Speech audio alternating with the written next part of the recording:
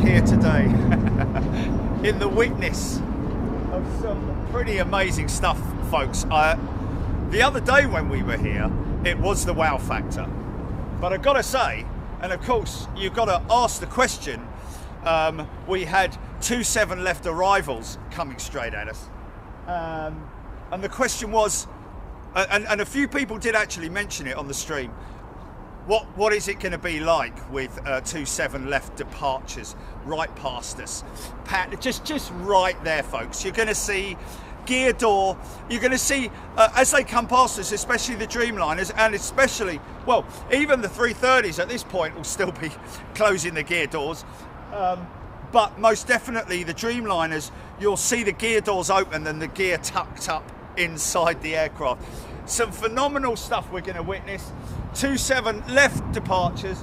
We've also got a shot out over on the eastern side of the airfield, overlooking arrivals as well, so we can get a little bit of that if anybody wants it. We've got Captain Vic's, who is it? What is it? Brother, sister, Jilly? We've got Captain Vic's grandson on the Singapore Slinger, and here she comes now, just taxiing out for departure. Here we go, folks. Check this out.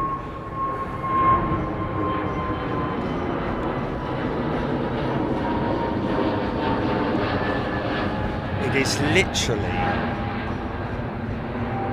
I mean, for anybody watching for the first time, you could be mistaken to thinking, where are they? They're at another airport, because the angle that we're looking at Heathrow here is something that we've not seen for, well, a week.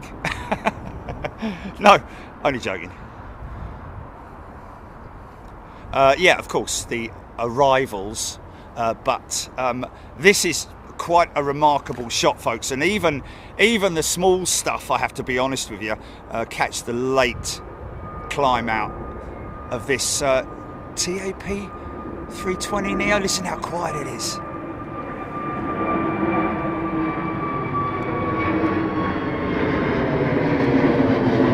Wow.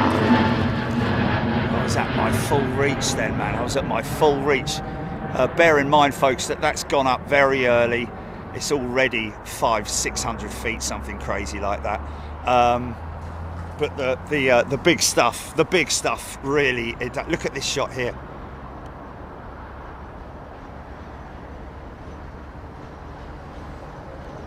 Yeah.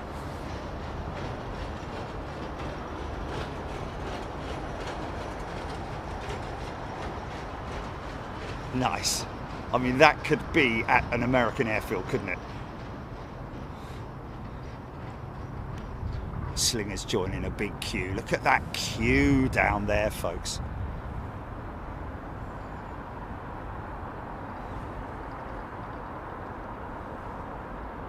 Right, good morning. Sorry, good afternoon, just about. Everybody, hope you're doing well. London Heathrow, 27 left departures, Big Jet TV. And as we are always, like clockwork, on a Sunday. We've got Air Name, is it? Air Name, but is that, they haven't got a stripe, Jilly? What's that all about? New member. Deborah Davies has gifted a membership. Good morning, everybody. CPR 1, 2, 3, 4. Oh wow, my greens. Okay. Oh, seriously? Okay.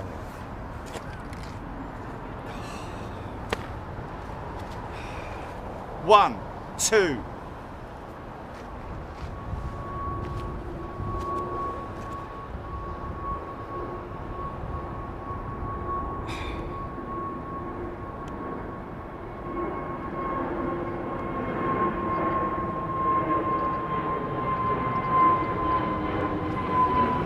Morning, everyone. Good afternoon. Sorry. Oh no, it's still morning, isn't it? 11:57. We're just early, as always. Air Name. First time catching your stream live. Good day to you, Air. Oh, there we are. They now have a single stripe. There we go. Brand spanking new member. Good morning, good afternoon. Wherever you are in the world, Air. Jill Dore. Heat haze. Yes, indeed. Aidan Campbell, I want to sample all these airliner noises for my new ambient music project. Yeah, ambient music project. Yeah, I mean, I'll tell you what. I have actually seen some ambient tracks on YouTube, and they're like 3 hours long. There are airport noise ones, which it's just literally as you're hearing now.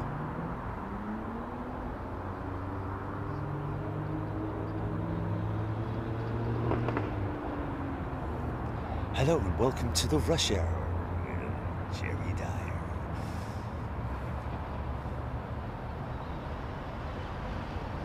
Paul Bowden, looking forward to the action. Freddie Laker, congratulations on your new locations. Cemented Big Jet TV's status as the #1 channel for live area. Well, to be honest with you, we don't. With all due respect and thank you, Freddie, but we don't classify ourselves as the #1. We are just Big Jet TV.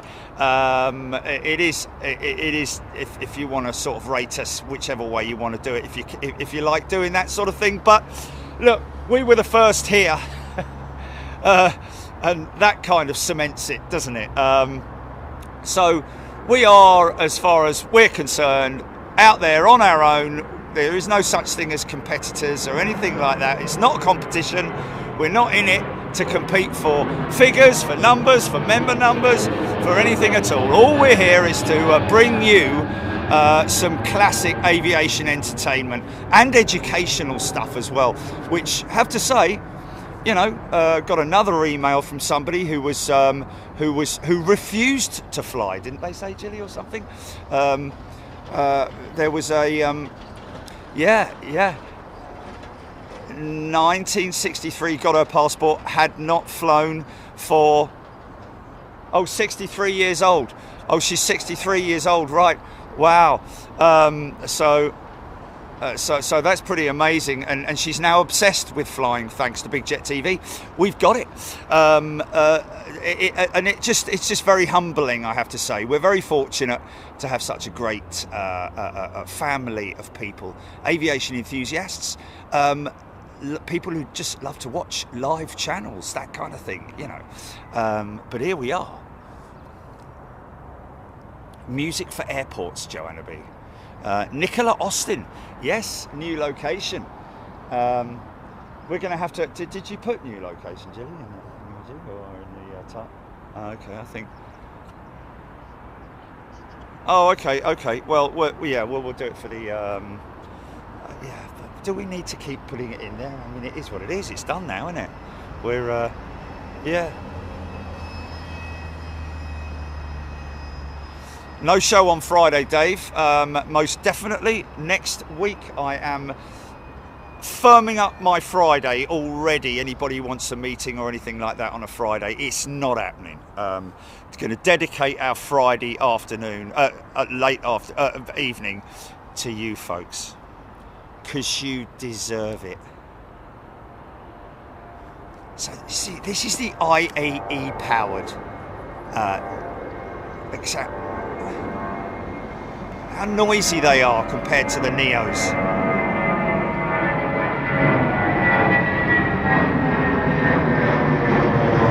Wow. You see, that's maxing out on my. That's maxing out on the tilt for the camera because he's so high. But trust me, you wait till you see the first big jet come out of here. You're going to be amazed, and this 380 is just going to be something that you're going to be, I think, blown away with, to be honest. I'm pretty sure you will, because I was when I walked up here. Even the triples, the Dreamliners, 330s, all the heavy stuff is going to take quite a lot of runway. We've just obviously got these small ones going out. This is where it all starts to sort of, like, you know, you in the seat of your pants kind of thing. Even though this is, and he's going down the runway backwards. Well, he was for a minute there. This is a 320 Neo. Now look at the different, listen to the difference in this. Mind you, he's probably going to be so high by the time he reaches us.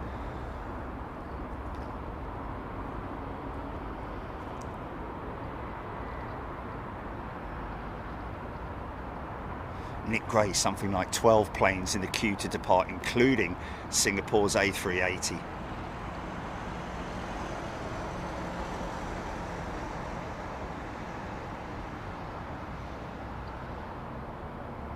Now see how quiet that is compared to the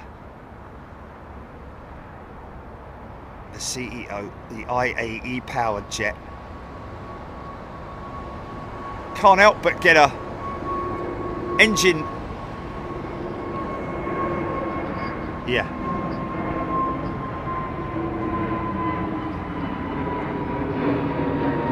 Yeah, folks, just don't worry about it. This does not mean no paddock shows. I don't know how many times I'm going to have to say this, but obviously there's a lot of people who are here for the first time seeing this location. But we are not leaving the paddock, folks. We are not leaving the paddock.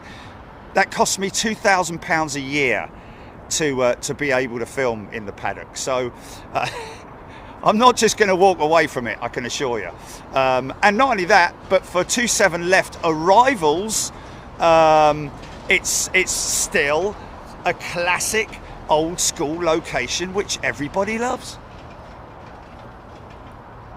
Okay, triple. First good one coming out now. Andrew Wells is a returning member. Rick Hersom, has upgraded to first class, going to be joining us in Anchorage at the end of the month. Links are $4.95. Welcome to first class, brand spanking new member, organic member. Ian Wagstaff as well is an organic member. Welcome all new members, new subscribers, new viewers to Big Jet TV. This is the Sunday show. Oh, he's gone up early, look. It's still good though, isn't it?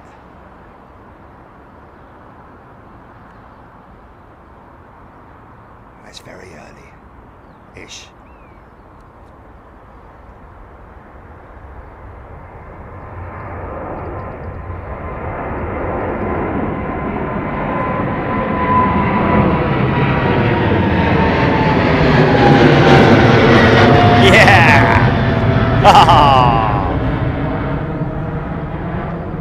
That's a 200, isn't it?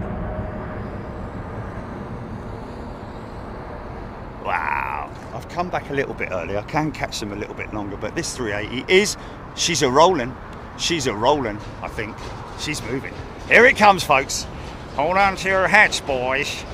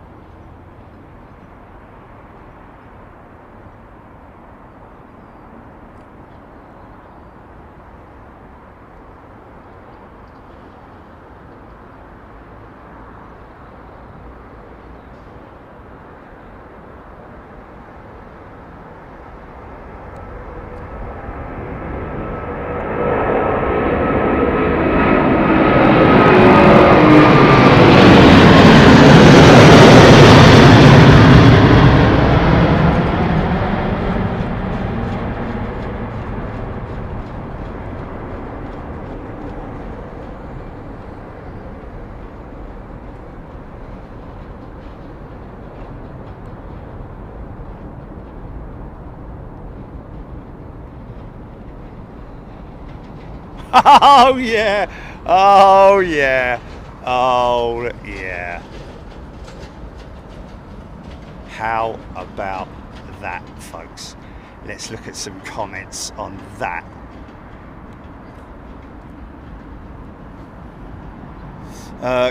Caroline Teague has gifted 10 memberships. Okay, let me have a think about that, Jilly, because you're basically.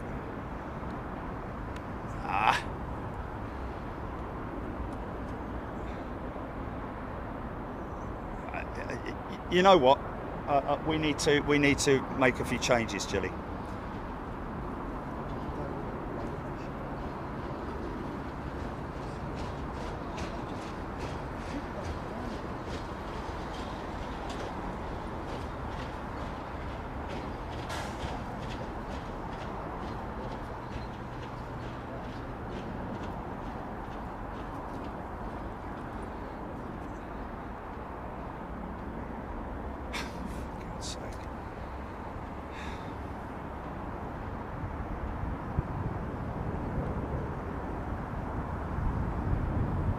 Dreamliner. Long run for the Dreamliner. Always long. Yeah. Now watch this.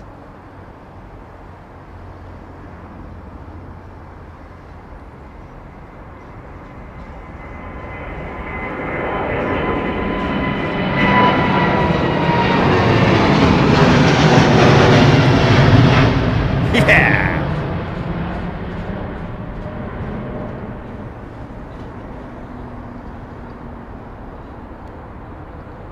Beautiful, man.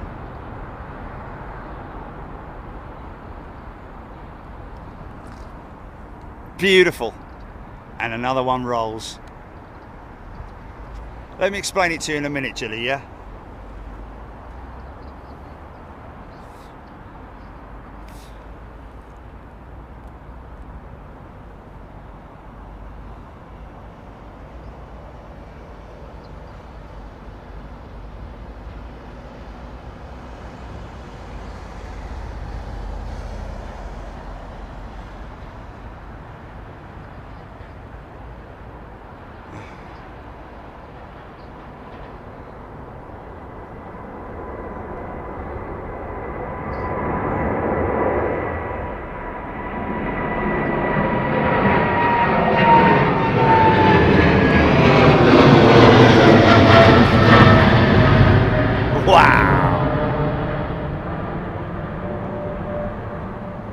Wow, man. You can hear the Doppler effect as it goes past. Insane. Lulu, that 380 takeoff was nuts. No, we will put it up, Julie. We just need to revise it.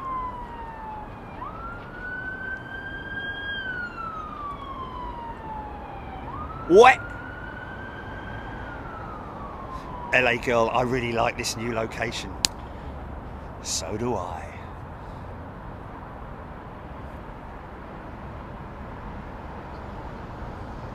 Andrew McInnes, you could just jump and belly slap them.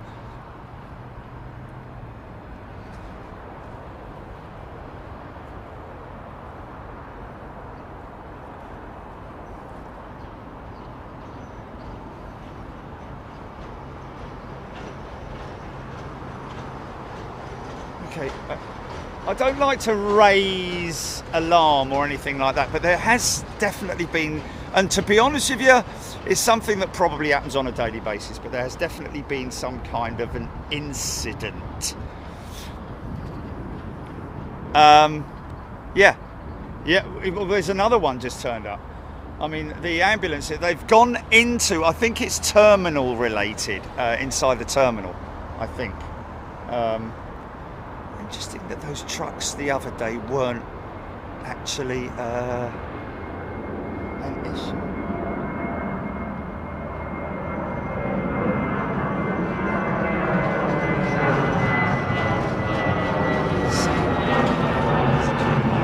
Now you can see this location here, folks. This is the turn-on point for runway 09. So when they come out from T5, that's a 10, isn't it? I think that's a 10.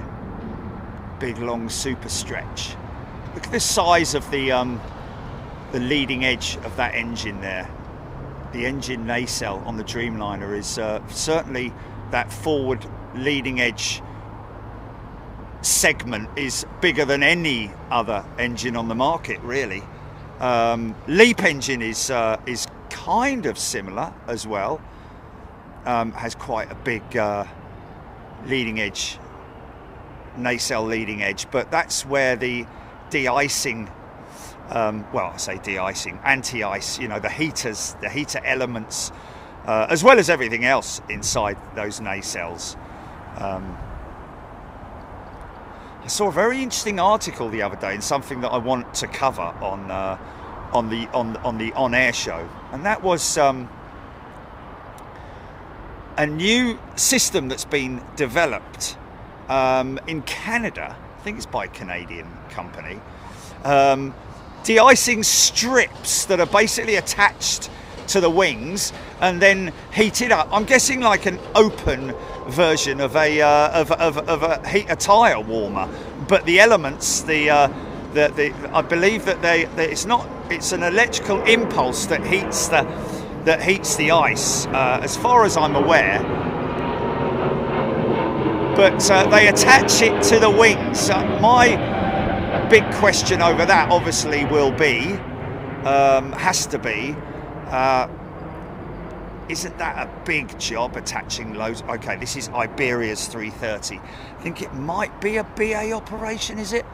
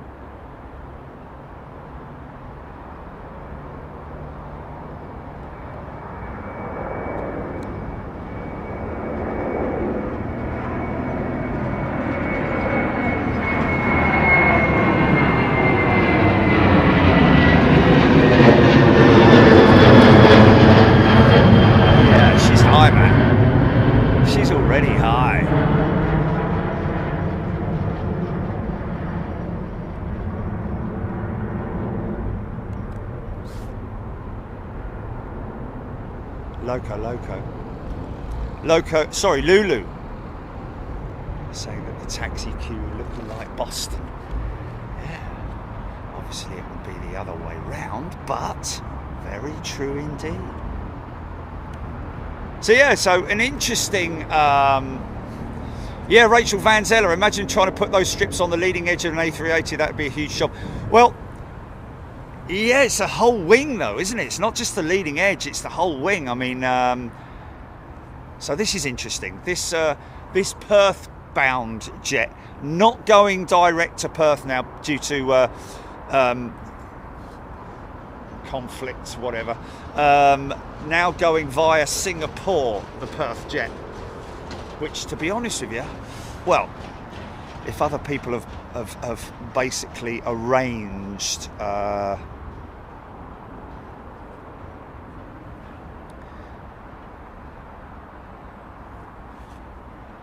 transfer, or is that what's happening with that Turkish jet?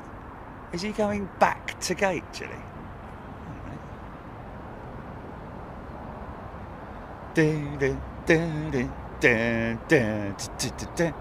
Oh, has he just come in? Is he? Oh, he's come round through the bike sheds, around the back of the bike sheds.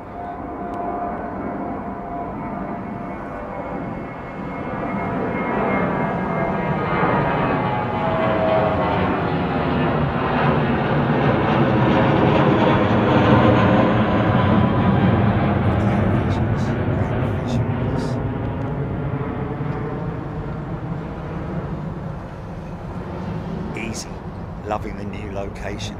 Chrissy, what a shot. Aidan Campbell preferring the 777 because the 787 replaced the 760. Oh, it's got a beef against the 787. It's a beautiful aeroplane though, the 787. It's a natural progression, isn't it, the Dreamliner? Interesting that when the name for the Dreamliner was given, there were 4 other options, weren't there? Oh, I think I might have copied that, I don't know, but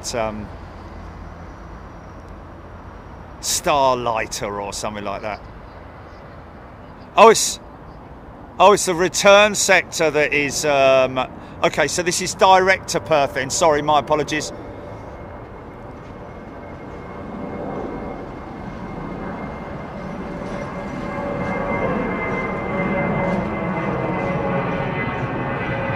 DBD, good afternoon. Checking in from beautiful spring day in Rome is John Samuels.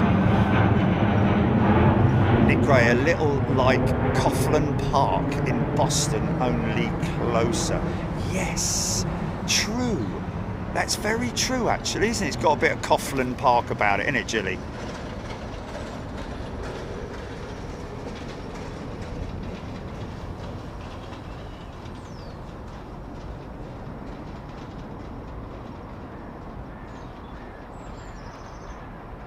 Yeah.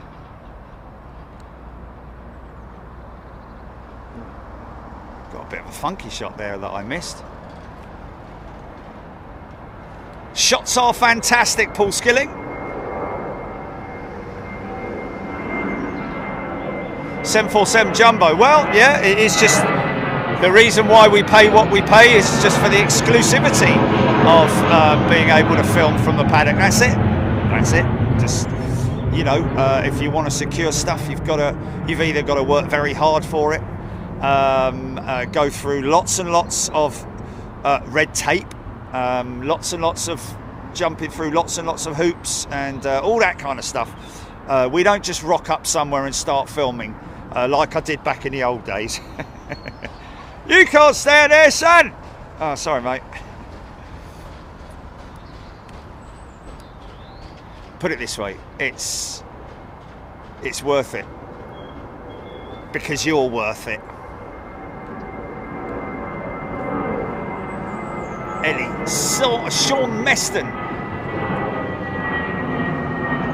Sean Meston, is there a way to reduce or prevent the weird sensations on your ears you get during descent? I had whooshing sounds in my right ear half a day yesterday. Sean, yes. Well, the way I do it, and I can only recommend this to people who've got quite a strong respiratory system, only because it can make you go a little bit lightheaded when you do it. But basically what you do is, if you're feeling the build up in your ears in terms of the pressure in your head, clamp your thumb and forefinger over your nostrils so as to block your nose and blow firmly, and you will feel the pop as it removes itself. It works. I fly a lot, and trust me, I use that a lot of times. So Sean, next time give that a try, but only if you know, because you might get a little bit lightheaded. There's my little warning that you might get a bit lightheaded. I tried it and I went down to the hospital and I had to have a flipping heart transplant because you said that. Oh, sorry about that. Trucker Chris has gifted a membership. Nice one, Trucker Chris, thank you. All these vehicles that you see on the inner perimeter track, folks, that's freight, 99% freight.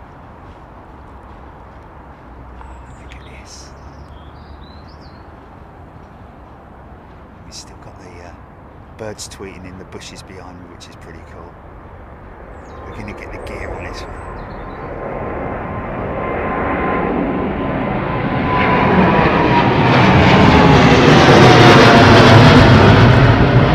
Go on a little Joey. Look at the wing flex, man. Look at that wing flex. Isn't that just... You can't not appreciate the 787, man, when you look at that wing flex.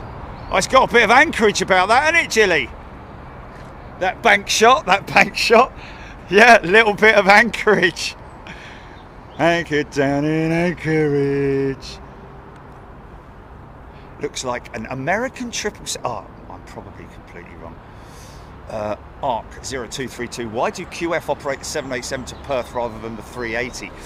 Just because of the range capabilities, really. I think you'll find that is the case, ARC.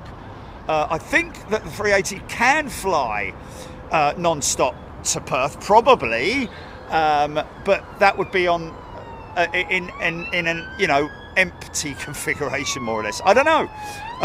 Obviously it's more efficient for them to run a 2-engine jet than a 4-engine jet, based on, you know, how many people want to fly that direct route. Easy saying I have no knowledge of aviation. Easy, don't you worry about it. A good percentage of people on here are exactly the same as you, started exactly the same as you, and have grown in their knowledge, as I have. Oh, this is low.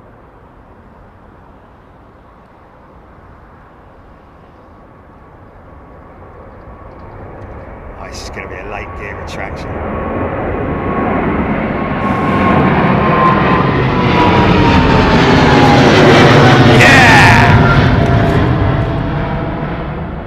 Wow! She's gonna go right. Climb and maintain. She's going left. We got the Lowy family on board a jet that's turning on now. Did you say, Gilly? Is it a Dreamer 10 or a Dreamer 9? Oh, it's a 777. Oh, nice. 200 or 300? Looks like a 2 with. Oh, it's a 300, is it? Okay. Shut up, Jerry. I just guess. Just 50-50 in it.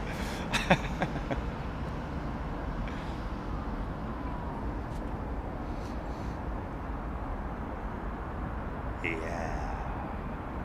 Look at this.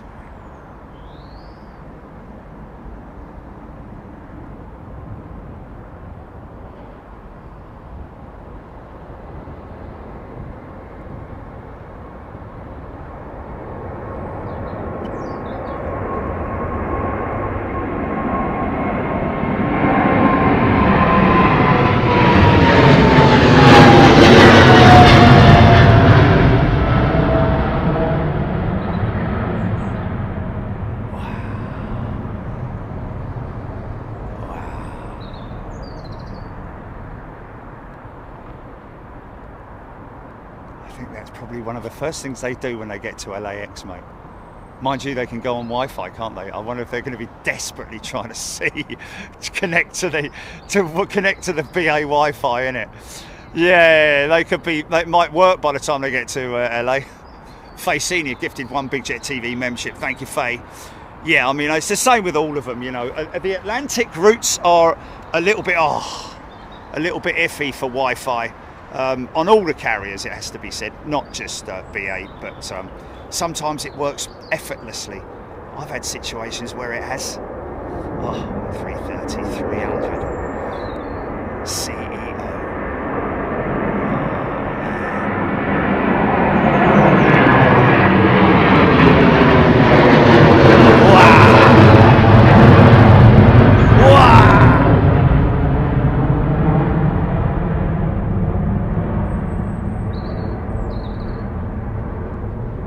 Wow, those Trent 7s really do burn, don't they? Wow. Look at the wing profile of the AIRBUS. It's that sort of like very end of wing tip flex, doesn't it? Going to get some great vortex shots out of here in the winter.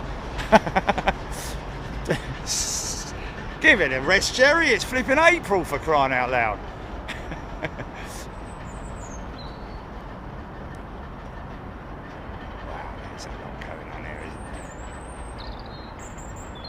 Smallest scaffolder saying I see Perth London route is a bit longer at the minute because of what is going on in the middle. Yes, indeed. I think the return leg I'm hearing for that route is actually via Singapore. Aidan Campbell, that doesn't happen. People are,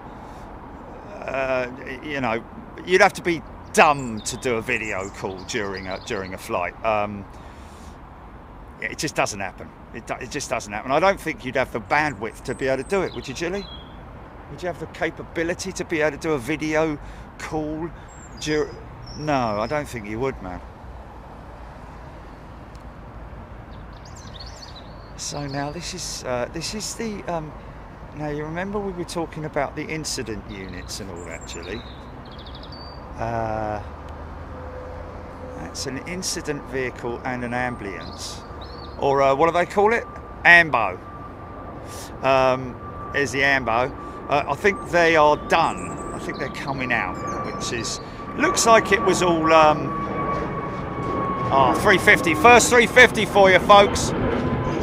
Point Warrenzoff in Anchorage, which is where the airport is located, is a known moose hotspot.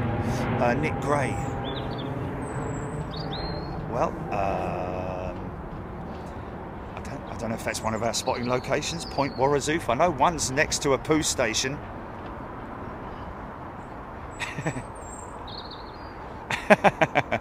Point Poo. Poo Mountain.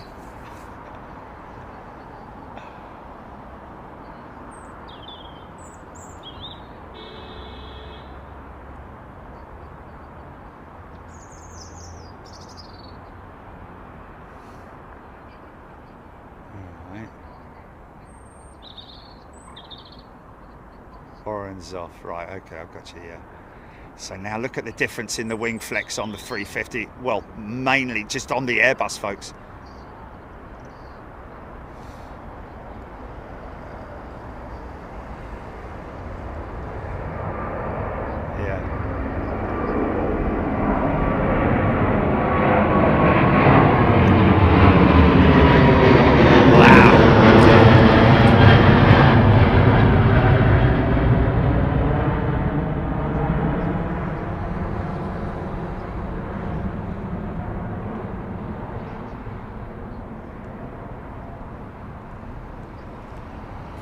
Yes, it does. Well, it's a lot of, yeah. I mean, they, you know, Sydney has a curfew, but they will still take aircraft if they need to for emergency positions and all that kind of stuff. They will do that at Heathrow as well.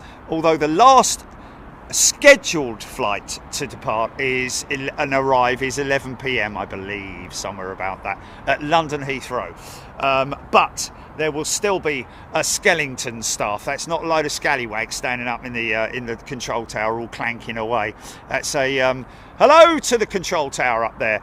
NATS, National Air Transportation Services, I believe it is. Jill Watkins travelling on my first 350 this evening. Air France. Wow. Or yow to CTG. Looking forward to this new plane. There we go. With Air France, is it? 350. Captain Bob taken over. The 350 has taken over from the VC-10 as the most beautiful plane ever. Kind of with you on that, Bob. In terms of the VC-10 being a beautiful aeroplane, that is.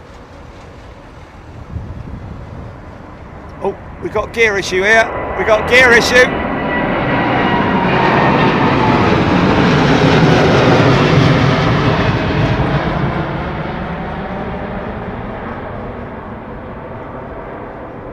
Doors will close. Doors will close. They open automatically on the 900s. Oh my God, it's gonna crash! Oh no, the humanity! Put it on the net, Chili, and get millions of views!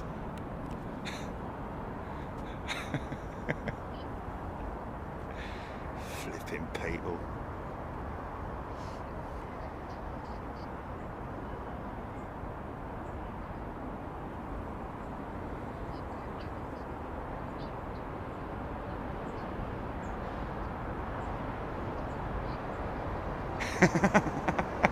You should have done that.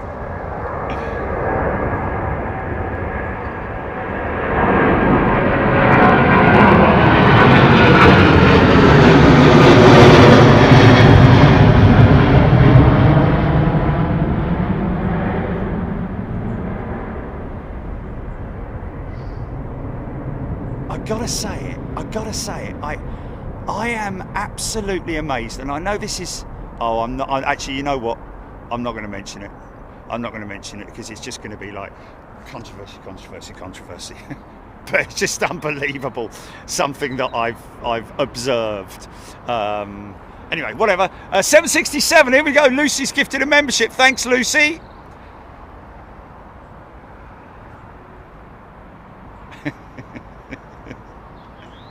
Oh, here we go. Come on, girl. Nice and low. This is a beautiful aeroplane. Big, strong wing on it.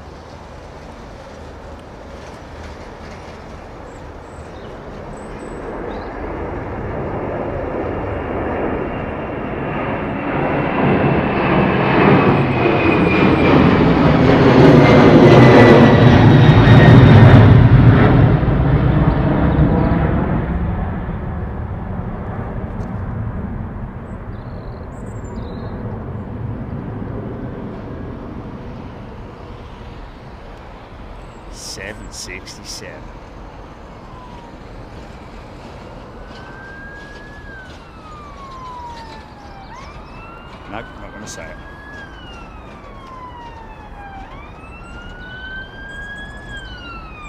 Okay, so yeah, okay, still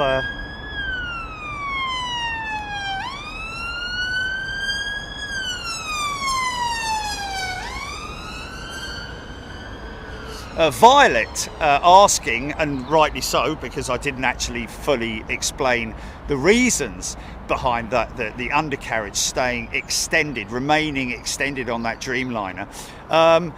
It's mainly usually down to the fact that one of the wheel brakes has failed.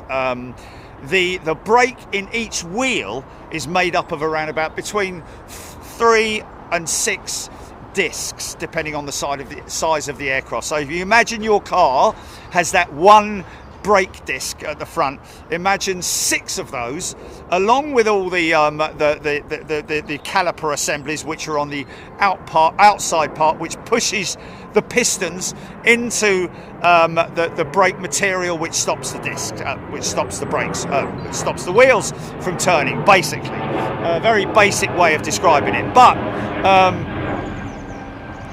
the braking system on the Dreamliner, in fact, one of the names that the Dreamliner was in potentially going to be given was the E-liner when they were naming the aircraft. But it turned out to be the Dreamliner.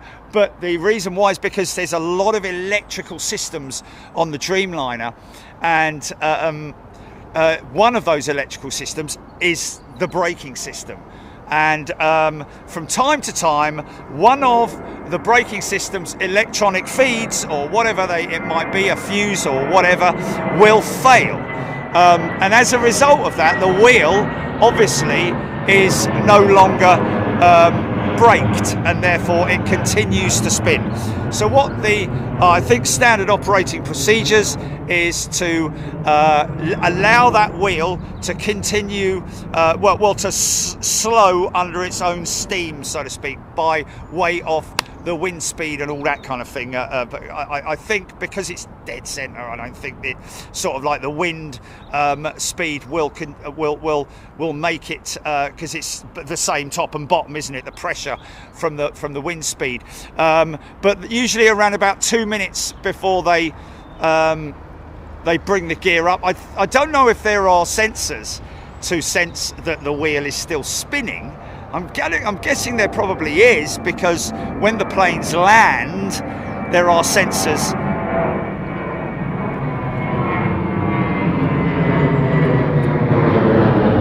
There are sensors to detect the wheels on the ground, which basically means they've touched down, and then other systems will kick in. But that's for landing. This is for takeoff, yeah, like I said, the most of the time, the reason for these issues with departures, keeping the gear down, is just so that they can allow the wheel to stop spinning, and then they can retract the undercarriage. Avro Arrow, is the Dreamliner the only brake issue yet? Sorry if this question has been answered endlessly. Is the only brake issue yet? Is the Dreamliner the only brake issue yet? Not sure, Avro, what you're asking there, but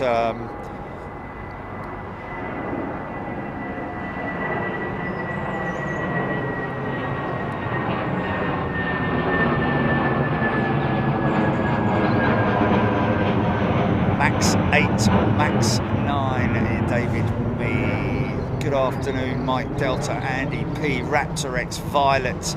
That was an amount of information. Thank you so much, much appreciated. Thank you, Violet. Well, if we ever ask it, if we do a quiz and we ask questions that relate to that, then you have banked that information. Sometimes, although it has to be said, is that there is also, and this is to throw a spanner in the works in terms of the reasons why, there is a heat sensor inside the undercarriage bay where the undercarriage is stowed. Now, sometimes that heat sensor might fail, and if it fails, the gear will remain down for a given amount of time to allow the rush of air to cool the brakes and cool the systems, so that they are at the right temperature to bring the for the sensors because the sensors basically sometimes say there's something too hot in the undercarriage bay, or there is or they've failed. In which case they would also leave the gear extended for an allotted amount of time. Uncle Patty forgot to take notes. Well, there you go, you see, you missed out something. We mention it many, many times here on the show, so you'll no doubt hear it again.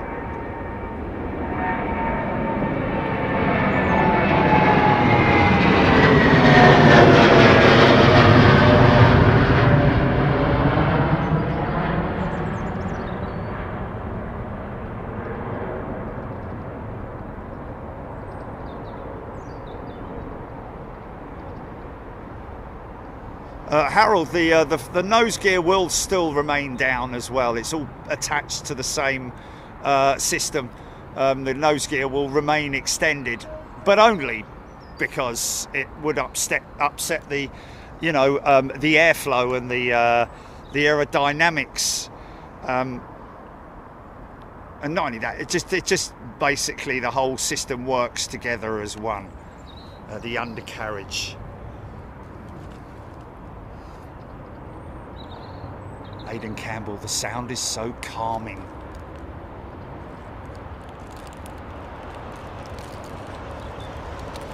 Aviation Louis 777, last time you were here there were no 350s. Indeed there were not. I mentioned that on the show when we were here the other day. I said it to Jilly, yeah.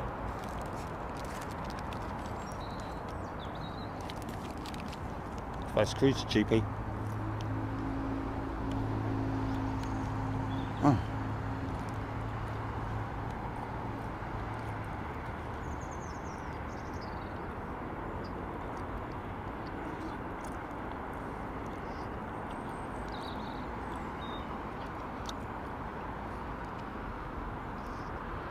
Yeah, that's the United triple, I think. Yeah.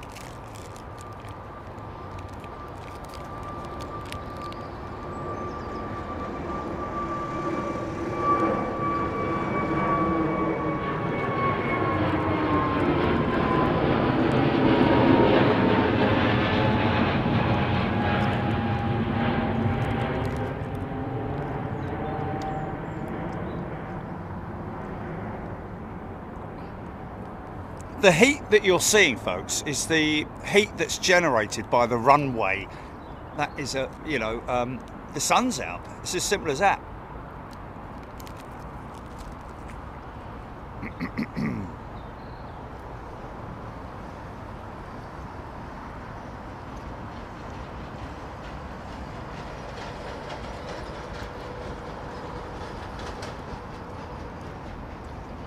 Thank you, Dan.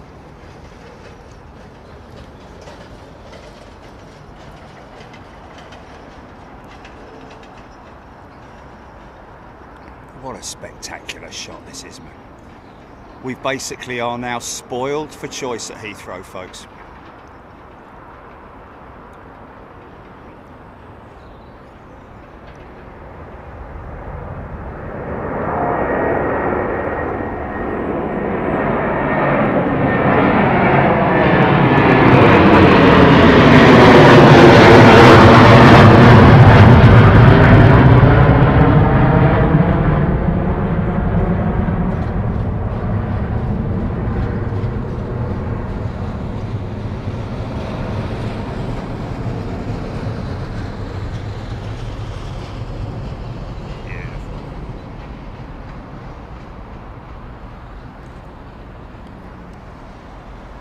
Wow, there we go. Straight back in it, look.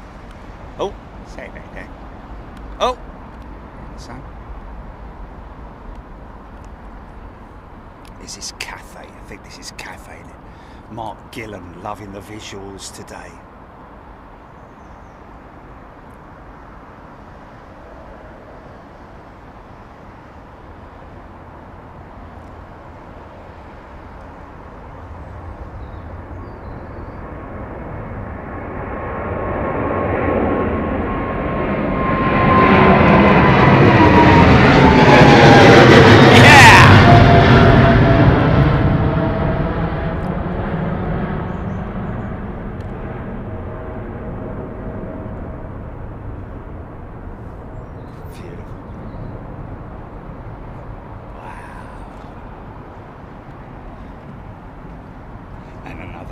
arrivals. Now don't forget that we could, from time to time, folks, get the odd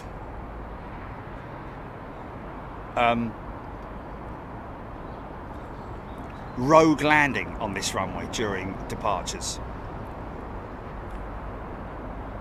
Echo 6 Bravo's gifted 5 memberships, and Diane78 has gifted a membership. Thank you, Diane. What's that, GP?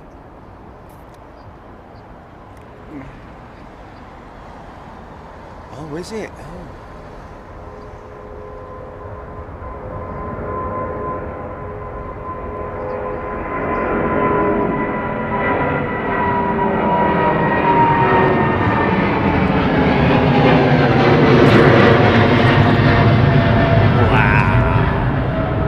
So that'll be arrivals on the southern runway, Jilly. Oh man, okay, looks like we're gonna have a show tomorrow.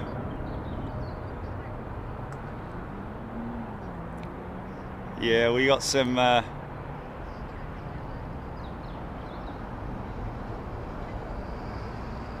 okay, well we'll just go with it, see what happens.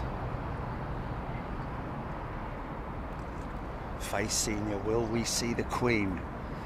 I'm not sure. That's down to you to have a look on Flight Radar 24, see if we've got anything inbound. Potentially. Don't forget, this is up till 3 o'clock that these operations will be active.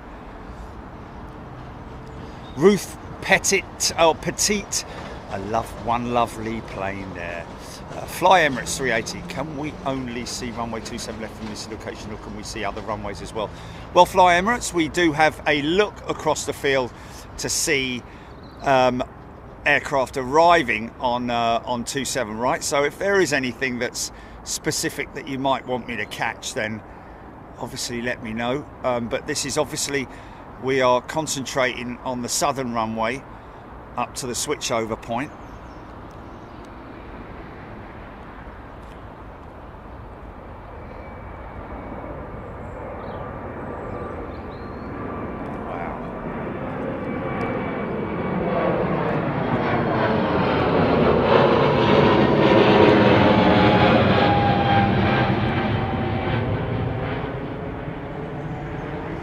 Harris, 40 mile an hour winds gusts tomorrow from Heathrow between 11 and 4 according to the BBC. Okay, well we'll have to monitor that. Don't forget, folks, that because we're located so close to Heathrow, we're always on standby. And if anything happens, we're like a shot. Meow sack. Is that the is that the, yeah, TUI Dreamliner? Just, oh, United trip, all right, okay. Yeah, it's headed west, yeah.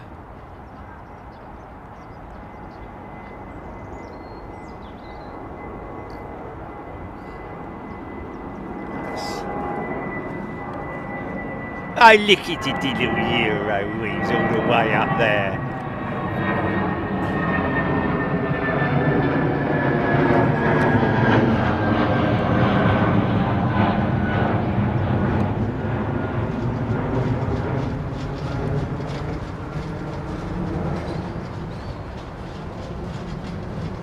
CPR.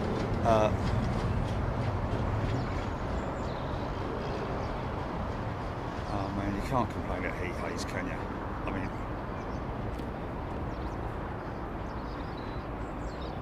heat haze is heat haze. It's like wind. It's like when the wind's blowing. People say, like, why is there so much wind noise? Because it's windy. Why is there so much heat haze? Because it's hot. But anyway, there we go. Never mind, eh? Just look at those dome constructs. It's a little bit higher.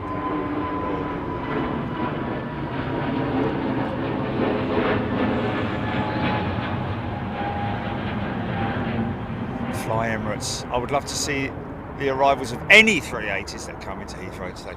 Well, we'll try our best. We don't know what we're doing at the switchover point. This is another Thai triple. Interesting.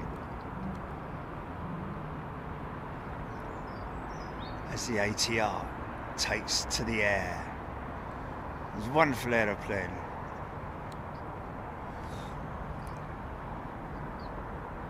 Renaissance. What? Carl Watt? Yeah. Blimey, stirring the drinks already. Here we go.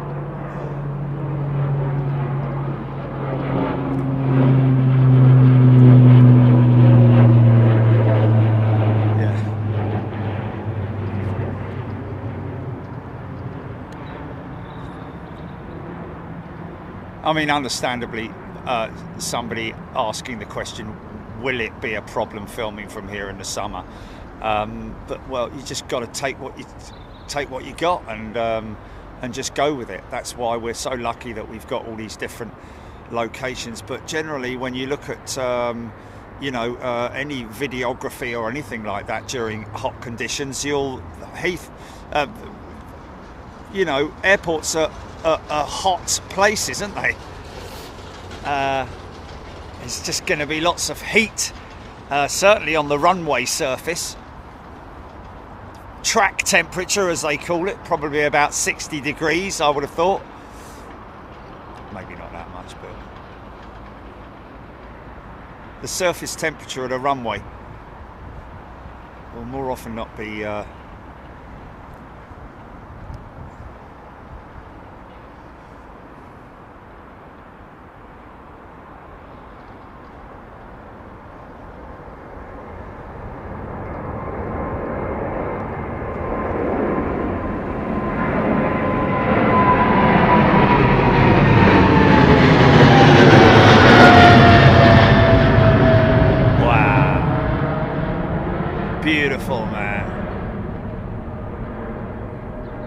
look at that.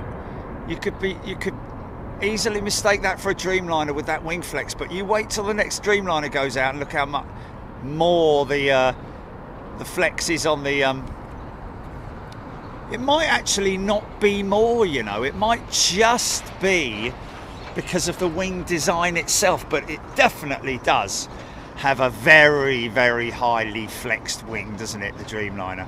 So now this is a 777. I think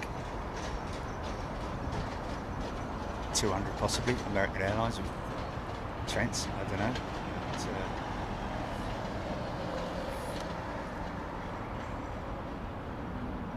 But, maybe not, maybe United, I don't know. Completely wrong. Now look at that wing flicker.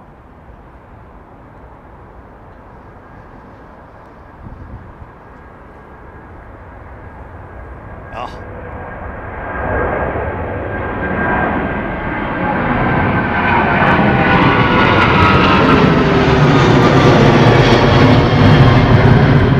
Wow.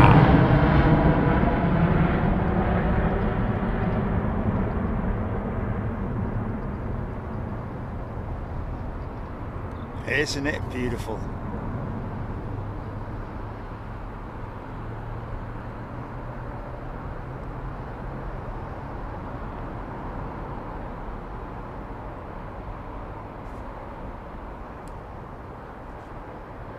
Somebody asking about speed restrictions on the taxiways. Yeah, well, yeah, there are. There is a you know, I think it's around about 20 knots. Is it? Maybe the speed aircraft are restricted to, well, not so much restricted, but asked to abide by the taxiway speed limit. I'm guessing you would say.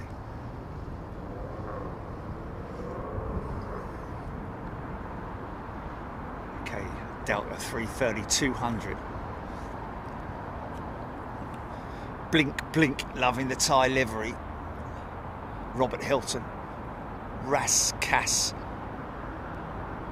CPR around 1320. We should have EK1 arriving. Thank you, CPR. Rachel Van Zel. Oh, we must get 10. We're all doomed, Captain. I think we are all doomed, aren't we? Anyway, whatever. Yeah, just enjoy it where you can.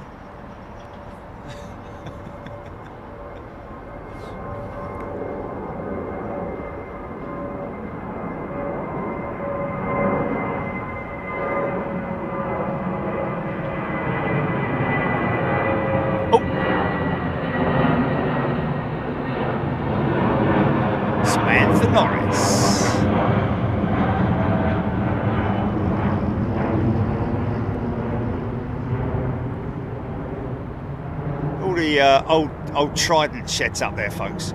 The ones in the distance there, you can see that flat roofed maintenance shed. That's where they used to have all the Vanguards and the Tridents. It's again a protected building. They do work on the 320s, the single aisle jets down there. Okay, sort of like a bit of an angle, isn't it?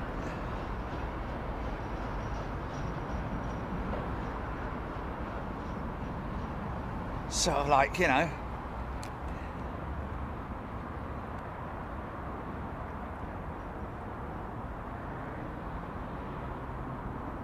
Neo. Oh, 350, sorry. Here she comes. She's a moving. Richard the Roadie. Good afternoon, Jerry. I was chatting with a fellow member based in Brisbane. We were both watching Julia flights.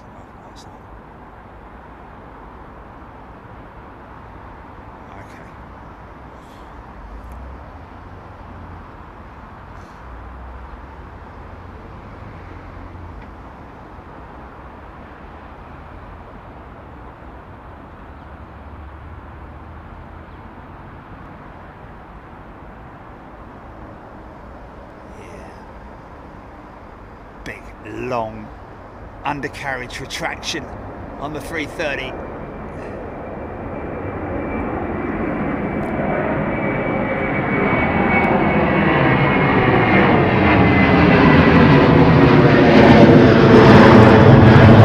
Yeah, wow. I don't know if they're CF6 or Pratt & Whitney. I didn't get a good look at the engine. Might be Pratt & Whitney. It's either the one way or the other way, isn't it? 767s and A330s. One of them's all of one variant are powered by make of aircraft, that is, powered by the Pratt & Whitney PW4000, a variant of, and the other are CF6. Wow, look how long this is, man. Wow. I think we're going to get the gear up in its undercarriage bay on this one before the doors close, possibly. No.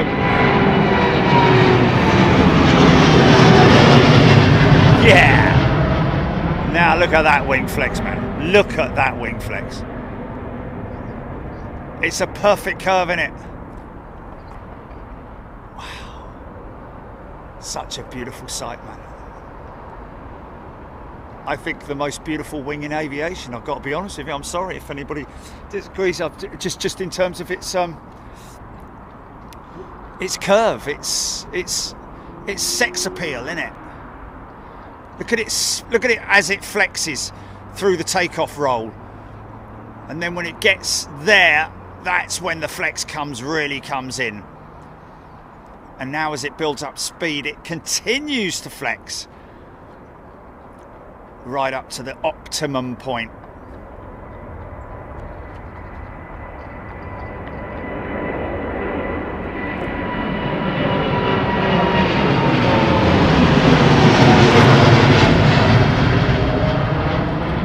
Is it, am I going mad, or I just hear horses clopping, clippity clop of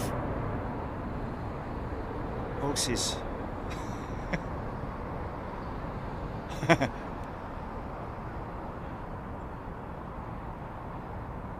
I love that shot. It's very Anchorage-esque, that is. Bring it on, bring it on.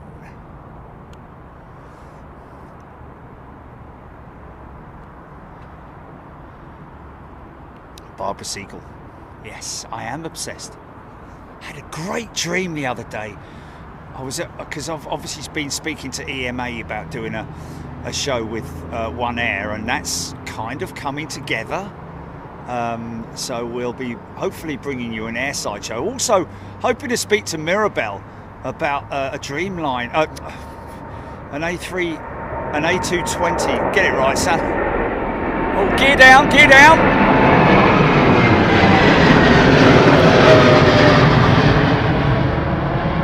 Wow, that was a long... WestJet's taxiing out, mate.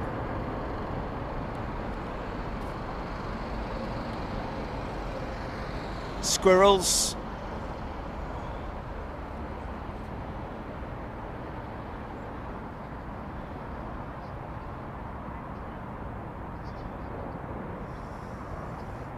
Wow. So some of those eastbound departures, that's an interesting exit route, departure route for that Dreamline. And he's not on. No. Looks like he's right. Look on the. Look. Oh, he's just come in, is he? Okay. He's crossing for T4, right? Yeah. Sorry about that.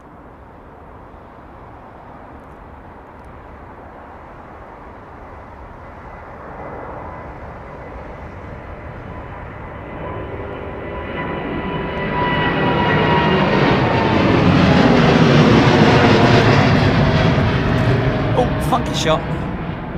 Ish. Kind of had a little bit of vapour.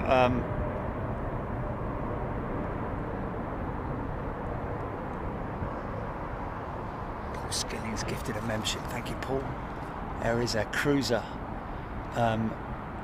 Looks like TUI with that blue. Is that a 767 over the top of me? Eastbound GP.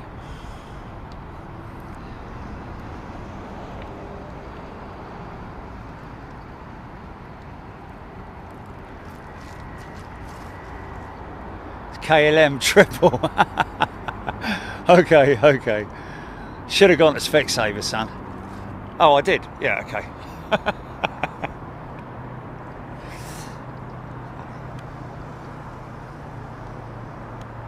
So yeah, I'm intrigued to.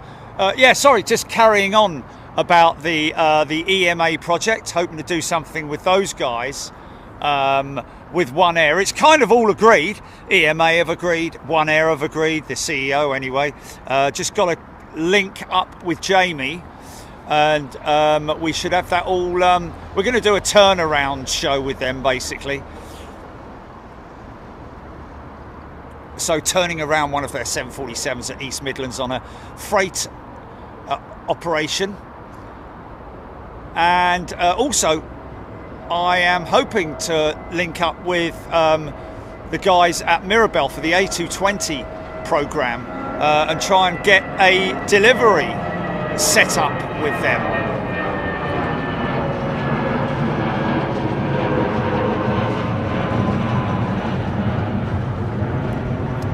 Carol Crozier, good afternoon.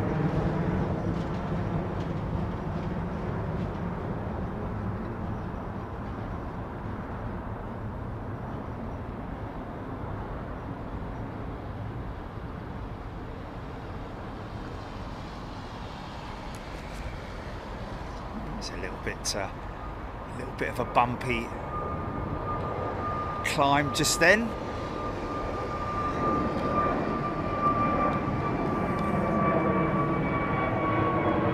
Oh, imagine the days of the VC10. They'd be coming hammering over my head at 300 feet, if that, 200 feet more like.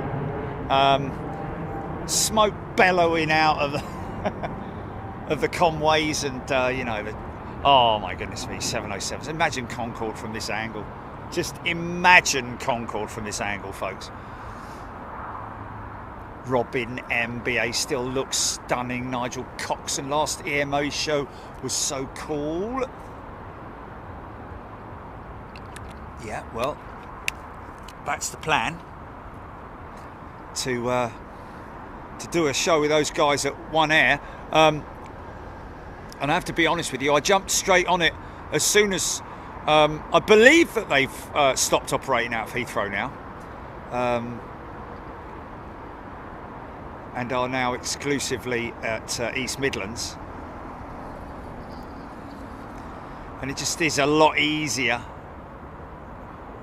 for me to arrange airside passes and things with the guys at EMA.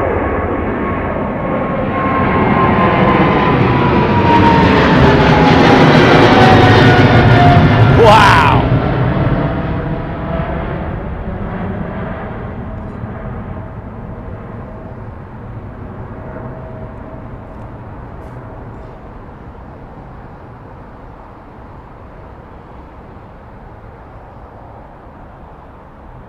Yeah, those. I'm quite interested to see the development. I believe that the de-icing system, Bin Chicken, has gifted a Big Jet TV membership. Thank you.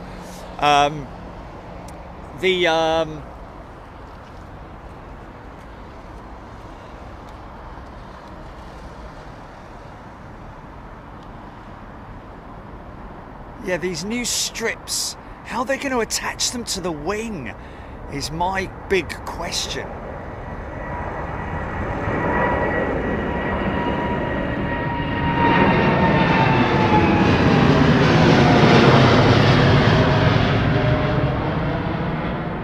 Because obviously, you know, when they de-ice the whole wing, don't they? You know, all the flight control surfaces, the flaps, you know, the whole wing gets, wow, look at that shot there, man. How cool is that?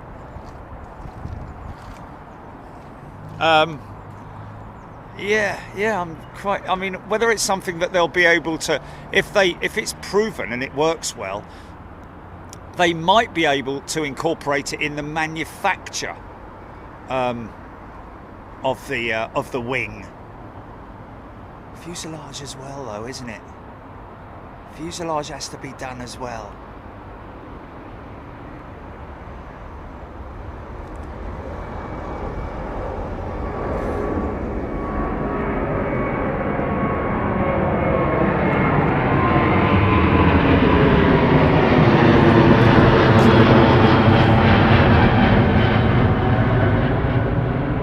But apparently Air Canada are trialling it on one of their aircraft during the winter season this year.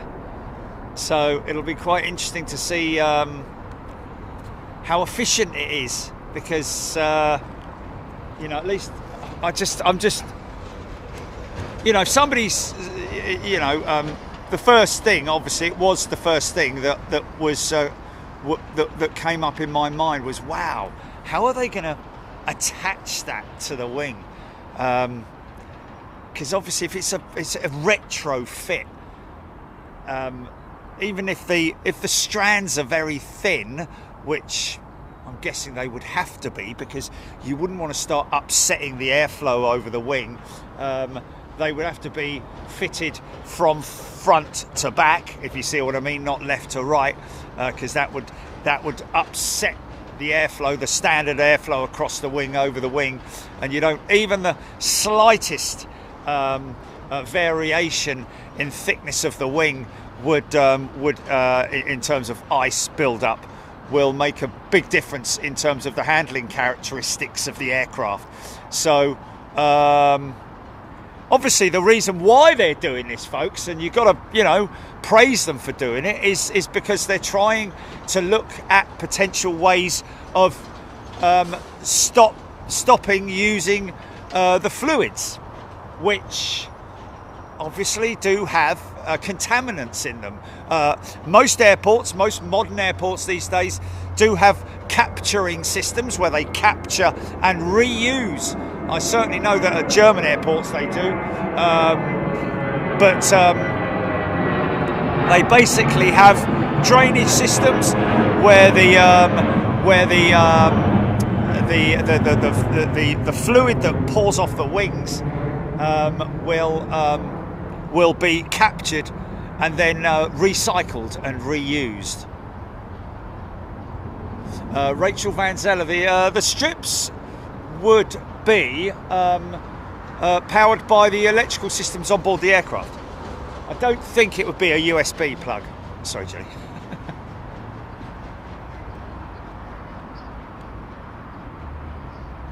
Okay. Emirates 380 over the top, Dubai to JFK. Isn't that an odd route? Isn't that an odd route? Oh, right.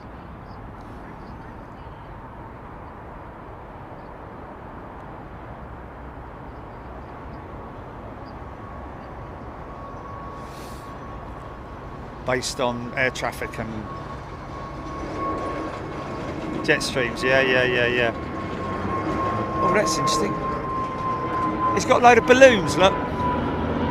Whee! Now that's packaging, that's the ultimate bubble wrap, that is. Now that, folks, is what the kind of bubble wrap that got caught, I believe, in the Max engine. Which caused the flame out, and subsequently it's a good job it didn't go into both engines, let's put it that way.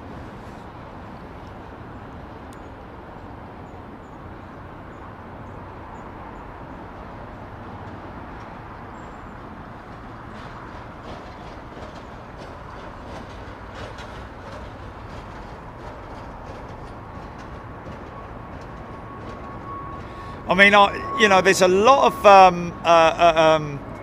there's stuff that was kind of talked about in the past, wasn't there? Like the shark skin system that Lufthansa adopted.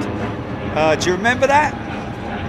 Which I'm not sure if that is an option on paint now, because it's quite a technical way of applying the paint to aircraft, but it was like a shark skin where the surface was quite not so much abrasive, but improved the airflow efficiency around the aircraft, because, you know, it's quite, oh, look at that, is that a 380 turning in on the back of the stack for runway 27 right? Oh no, probably not. Yeah, there's been that. There's been the winglet for the 330 that was trialled by Highfly. I don't know if it actually ever went on. There was also some strips on the wings of 777 that they were going to experiment with having them in a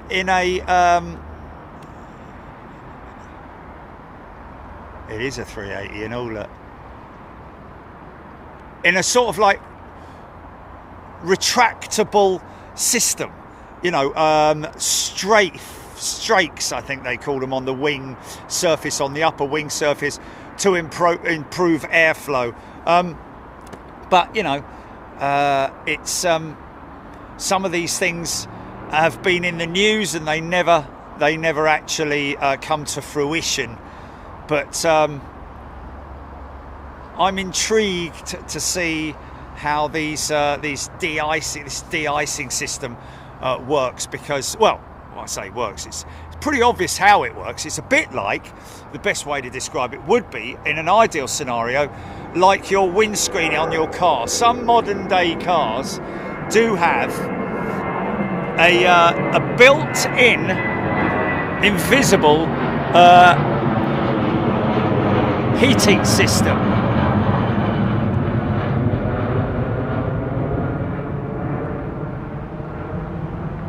What's that then? What's that then? Coming from the east, Jelly, over the top of me. It looks like well, KLM, or it looks like the bleeding BA 320 Neo with no name. Well, I flew through the sky on a plane with no name. It feels good to be out of the rain.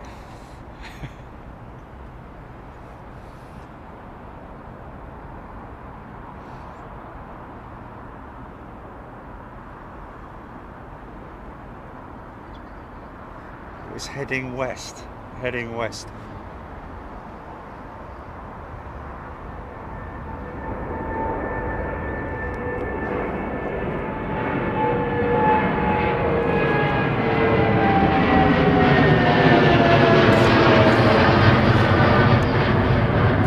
By the way, folks, by the way, another little bit of interesting information for you. We might even have another position at London Heathrow, which we're going to. Just flew right through the circle of love. Wait a minute.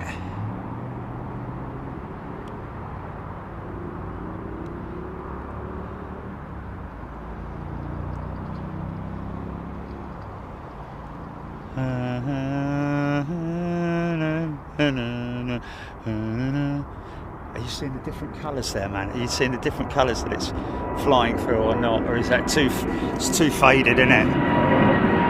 Too hazy.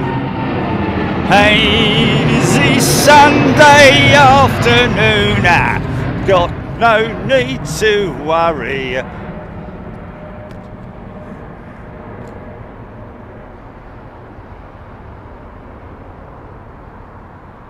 What a bait shot. Take it to the bank. Ben and Amy in 1990 Cadillac. Well, yeah, there we go, 1990. So the heated windscreen, you know, element as they call it. It's an element in it. Has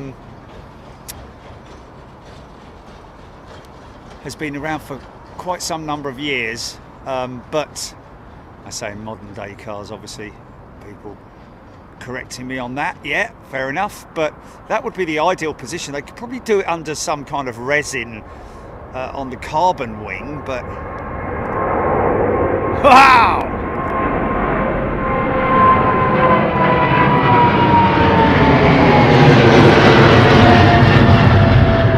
yeah, Pratt & Whitney's.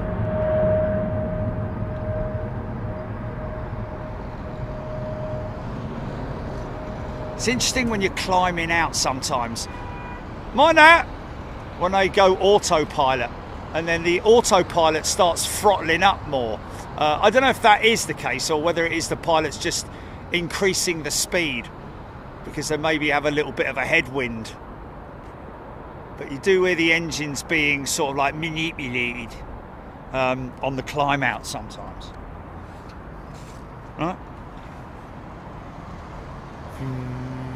Going to hear some great startup noises from here for 09s.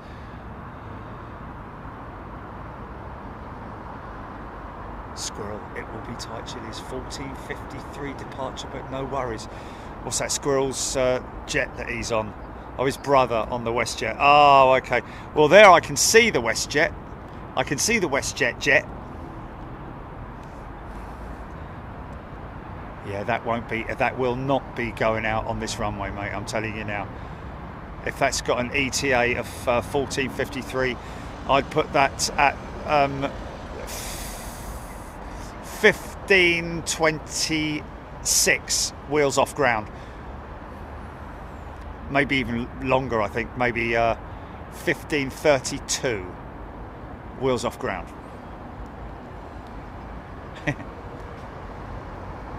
There's the Boab in the distance, waiting to go out. Oh, wouldn't it be a wonderful thing, man? Wouldn't it be wonderful?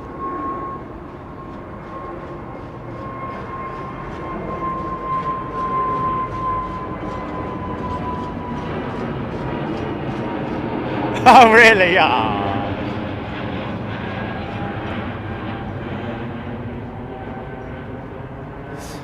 Aerocentric, the heated front screen on my old Mondeo is about the only thing I miss about. Yeah.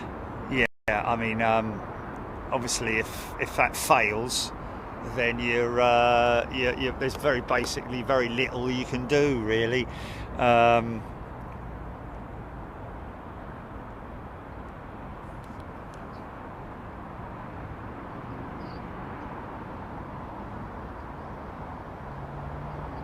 Oh, that's good, man. That's good, because I was a little bit worried. Yeah. Richard Hudson, 1 747, just popped up on flight radar 24 at EMA, headed to Hong Kong. There we go. I'm not sure what what they're doing in terms of freight, whether it's electrical goods, whether it's you know, they might even be working on behalf of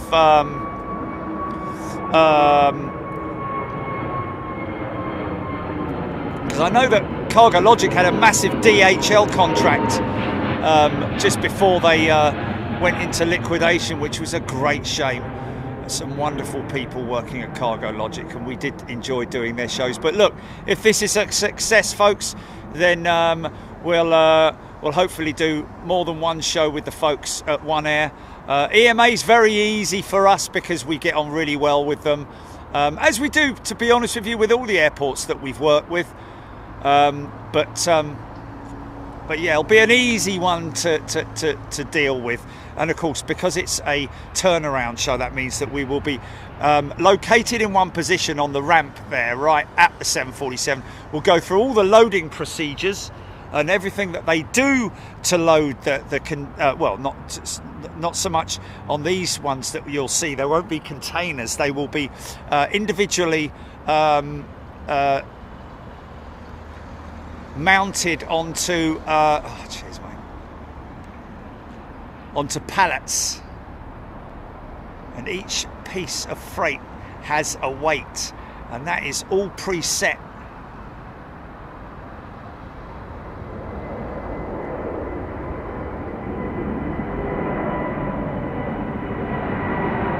Yeah, it's the Neo, isn't it?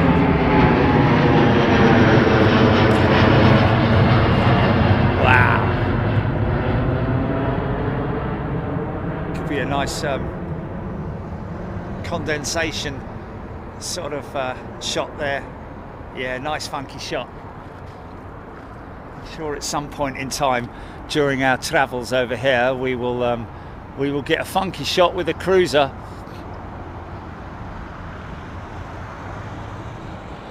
Yeah, well, we do, no, another location.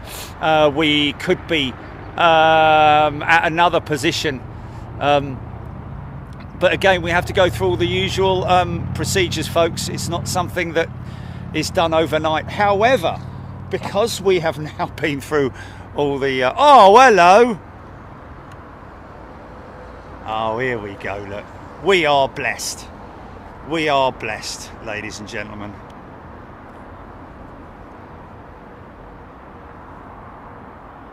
And Ian Wagstaff, there we are. Your wish is our command. Icelandair 757.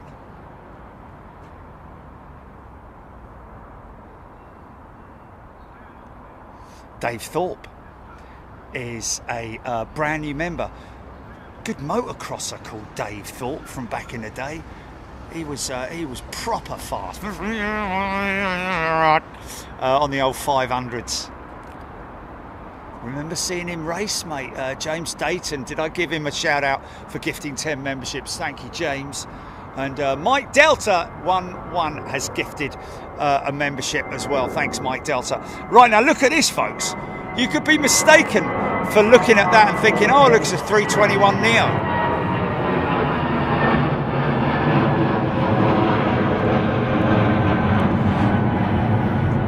Rolls-Royce.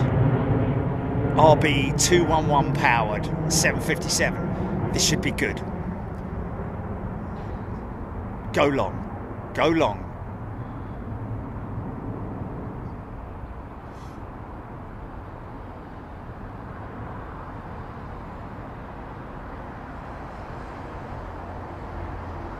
Look at that. Oh yeah.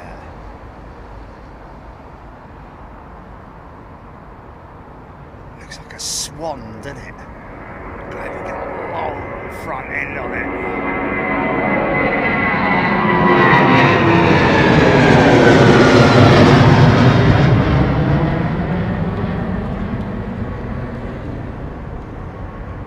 Wow, he was going some. Look at that. Flipping heck. Man, that thing was going some. I'm going to get it through the gap there. No, he just nailed it, man. Nailed the climb. Look at that. Wow. Oh, 767, 767.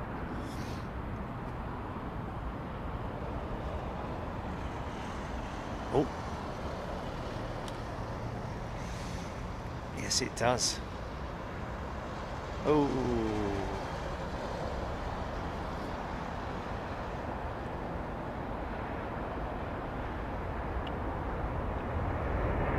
Old school, old school.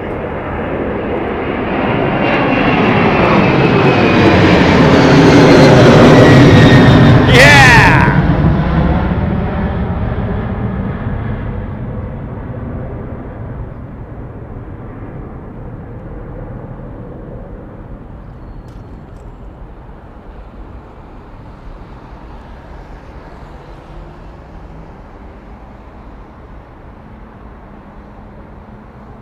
Amazing. Still can't see that 757. Still below the hedge line. It's crazy, man. It's crazy. Of Welling.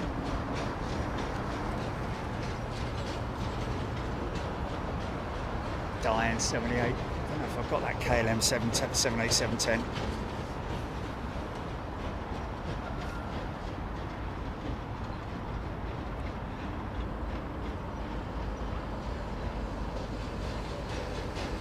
There we go. I'll put it on all messages now. That's better. This is another 767. Just looking at it. Yeah, man, it is.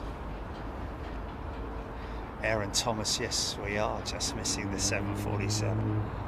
BA 380 lining up for departure as well, folks.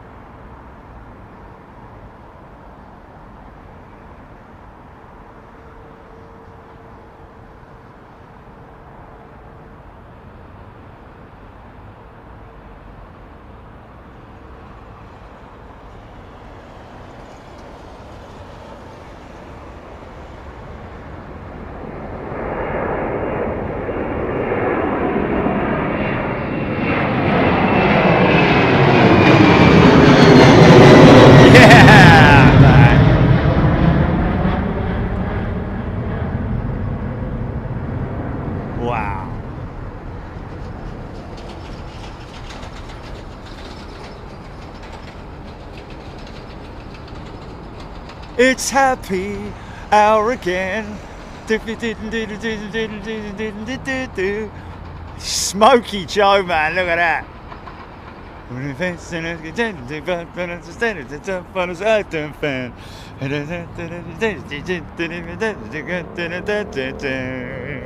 Oh, what a good place to be. Bruce Rosberg loving the new locations at London Heathrow. There we go. And you know, it's quite peaceful as well, isn't it? The ambient sound behind me, it's the birds in the bushes and the, you know, little bit of traffic noise, just in the distance. Certainly not as overcoming as overpowering, should I say, as other locations.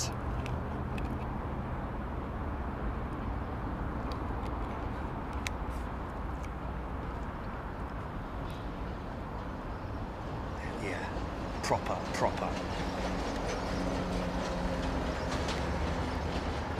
Steve Stibbons, this location's like being at a different airport. There we go.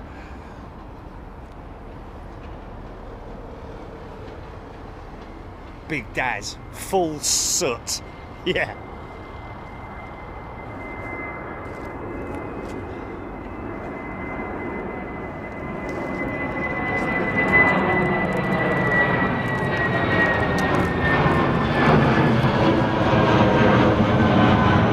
Oh, look at that, man. Look at that.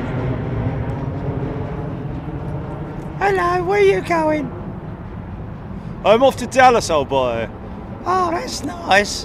Why, where are you going? Oh, just Munich. Well, have a lovely time. Bye then. Oh, bye then.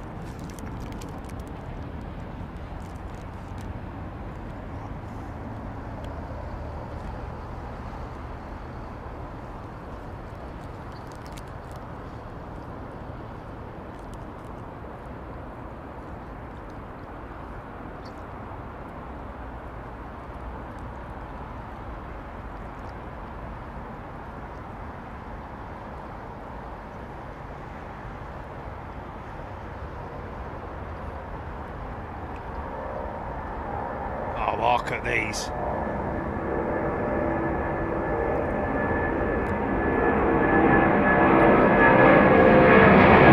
Yeah!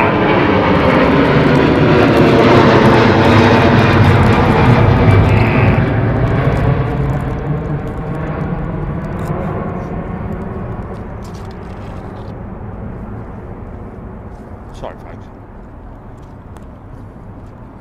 Now these guys can sometimes keep it nice and low. Here we go. How low can you go?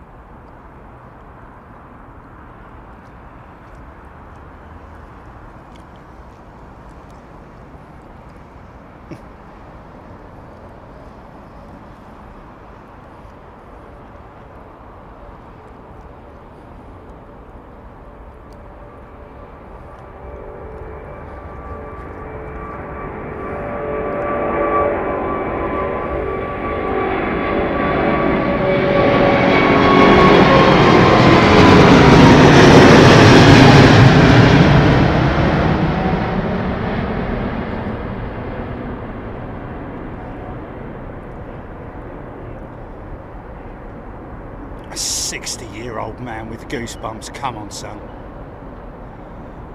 Look at that, man. Oh my goodness me. Oh, how fantastic was that? Oh, Gordon Bennett. River Flame, loving the show today. Raskas San Sharma. Giannis Rigas. Wow, simple wow. Even putting a wheel before it. Oh, go around, go around, go around. That was interesting. That was a lot of smoke coming out of that one. Was that? Is that either unstable or?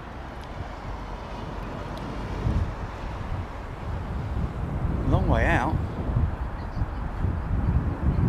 Is that Captain Dave? Are you sure? Because there's a 350 landing now. That's not 350? Are you sure? No, it's the one behind Captain Dave. Yeah. There's Capo Dave. No. Oh, what a good place to be.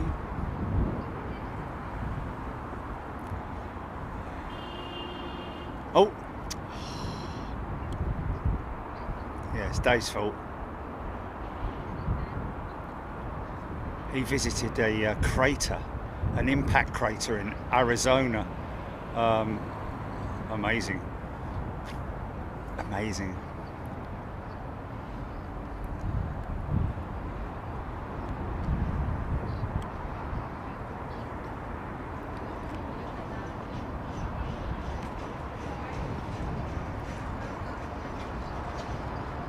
Yeah, yeah. So 777-200, yeah. Did the go around. It's either unstable. It's either unstable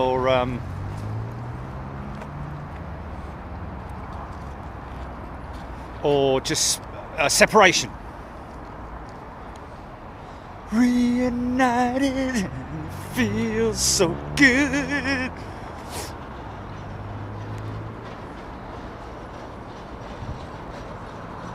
And there we are, CPR, and that 350 is from Phoenix. Yeah, a big impact crater in Phoenix from millions of years ago. And I did actually comment on his post to say that some bloke told me, and I don't know if I either read it or somebody told me, or I saw it on a TV program or something, but apparently if you were to strip all the water off the surface of the earth, then it is peppered with impact craters. And in fact, if you look closely at coastlines of the world, you will see impact craters. Well, you'll see impacts, circular impacts, where they're either volcanoes or impact craters. One of two. Claire Bear, that's from Doha, that Heathrow bound 777. Thank you, Claire Bear.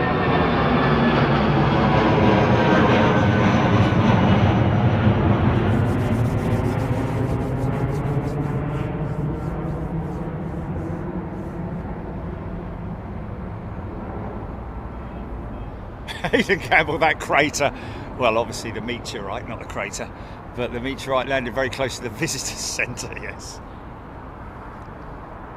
I mean, I think that if something like that were to happen nowadays, we'd be in a little bit of trouble, to say the least.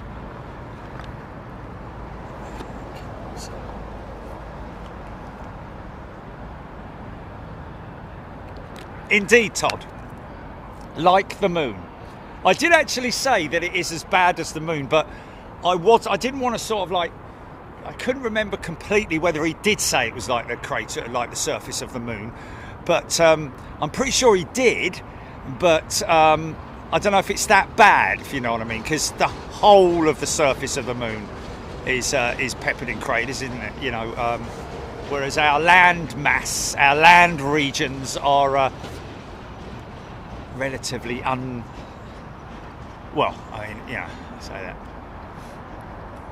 If you ever get the opportunity to drive from Los Angeles to Mammoth Mountain, on the road going up there, you will see massive piles of what look like poo, but it's actually, right, what was it this busy the other day with those vehicles? I just don't seem to remember them being that much in the way. I thought it was just the top segment of them. Maybe it's just a little bit higher further down there to my left. But it's certainly a lot less than what it is down at the other end with the trucks. Because this is not the main road for the trucks, fortunately. It's quite rare that you get them down here.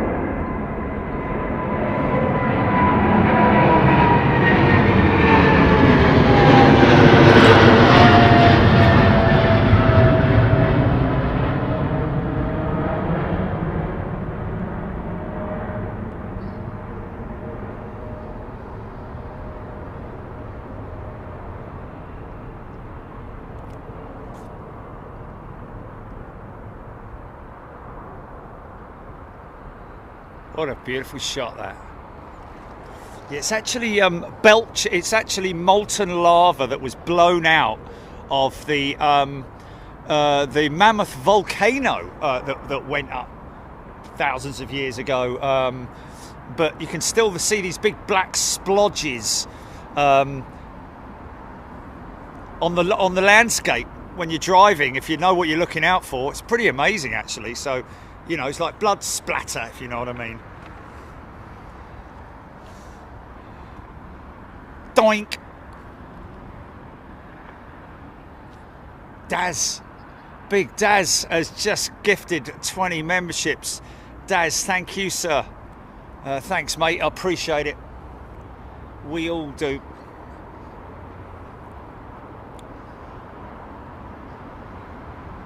And there's Cabby 048 has gifted 5 memberships. Thanks, Cabby. Just had one over the top of me. South to North, Gilly. Don't know what that was, but anyway, we missed it. So no. Thanks, Cabby. Be rad. Oh, okay.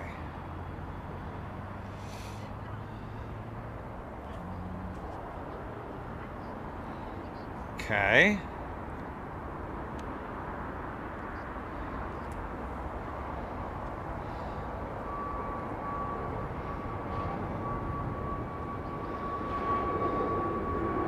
Ian Hanna. No.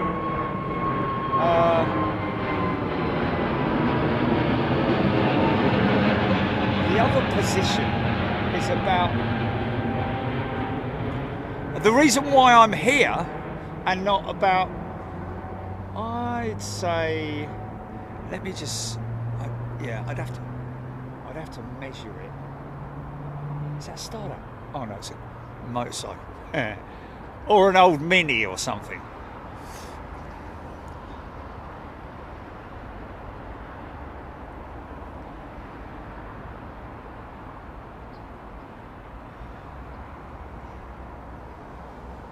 Nick Gray, I actually know the owner of what? What's that?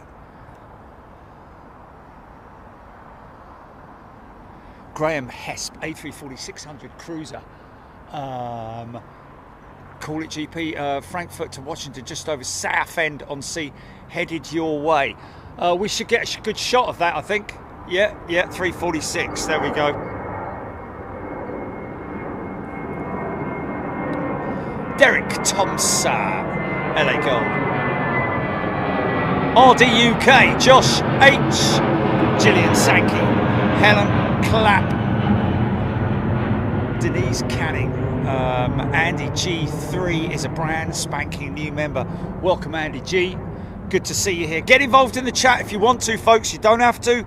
There's no pressure to do so, but you're talking to me, obviously. You will be more than welcomed by our amazing community. Yeah. If you've got anything that you want to discuss, any questions that you have, get involved. It's always good. I like to have the more people involved in the chat, the better for me, to be perfectly honest.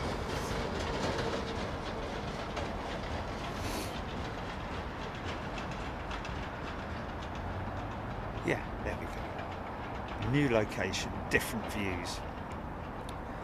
Yeah, we're so spoilt, folks, that you know, we don't want to do it from the same location every time. That would just become very repetitive. Want to bring you lots of different, a variety of different angles and shots and.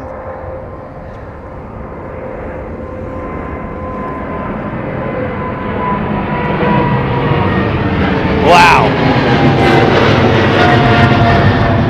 I can actually do with the silly hat jelly. Sun's burning me neck, mate. It's crazy, isn't it? Yeah. Even though it's quite hazy. That wasn't Captain Dave taxiing to the terminal, Steph. That was one coming out, I think you'll find. Captain Dave has probably already got the gate, I would have thought, or nearabouts, like.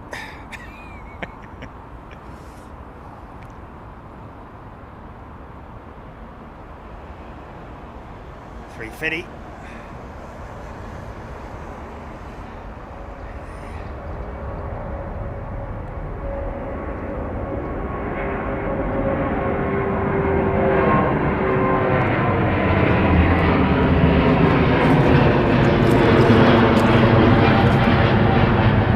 Well, that's the crazy thing, Jilly. It's not off limit to the pub. Yeah. Because I've just had a couple of people walking their dogs along here. It's you can you know.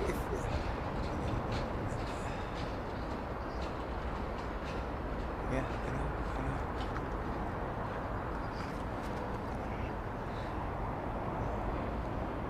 Yeah, if it happens, it happens, and we'll just deal with it the way, you know, whatever. Oh, we've got Callum Jet over there. Hello, mate. E2, the E2, very becoming a very popular jet, and that aircraft has just been certified in the far, well, don't call it the Far East, you call it in China and Asia, isn't it? Asia and China, all those regions. That E2 jet has been certified, so that means that Embraer can now offer it to multiple operators for their internal sort of, like, you know, high capacity network. Ben Lee's a new member. Welcome, Ben. Straight into first class as well. Welcome to you, my friend. Hope you're doing well. Get involved, folks. Oh, 3:40 just passed, is it? Has it just gone? No. Bob Allen tuning in from the Algarve in Portugal. Get out there and enjoy the sun. So the other day, I'm of course off to Spain twice this year. But what is interesting was that one of the millionaires' paradises in Spain has been limited to water.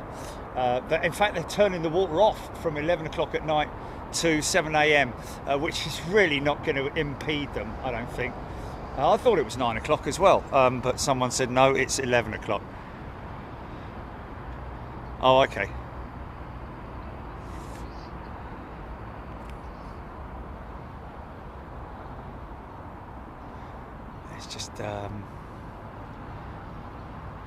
It's just the way it is, isn't it? I mean, it's like going back to the old days, isn't it, with the power cuts? We would sit in silence with candles for however long it was. Can't remember, whatever. Jill Blakeney loving the different locations because we get to see different features of the planes. Yes, and that's what it's all about, folks. That's what I love to show you. And because I'm a bit of a show off with this sort of thing, I want to, you know, as we're so lucky and we're so fortunate to have secured these locations, I'm so excited to be able to bring you this stuff. But that is not to say the other locations, they're still going to be used. The paddock, the Renaissance, the courtyard. In fact, we were thinking, I did mention that it was a two-part show today. We are considering going to the courtyard for noisy departures out of the northern runway, which is a pretty popular show, I have to say, amongst people, where you get to see the jets pulling onto the runway and getting ready to go out and all lining up, lots of noise, lots of action.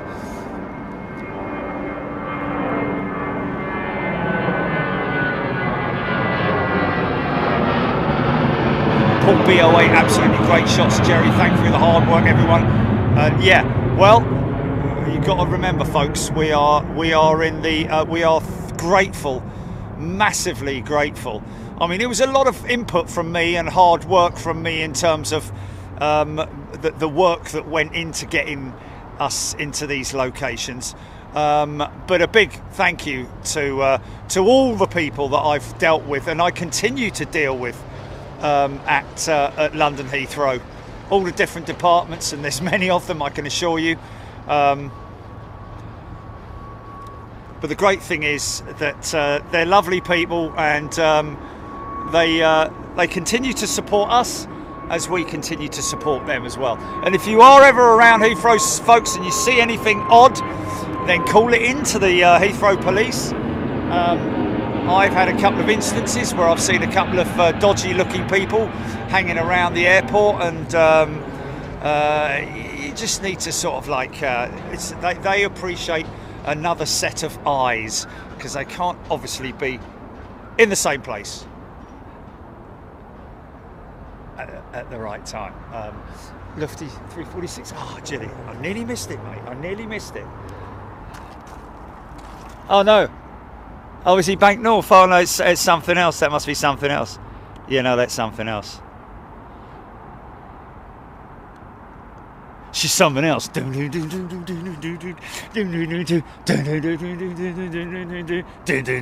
look at here. Across the street. There's a girl for me.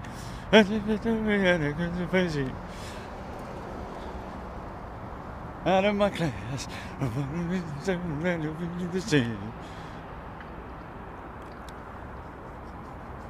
thinking to myself, L1011 was certified on this date in 1972, Brian Stewart. Wow, the tri-holer.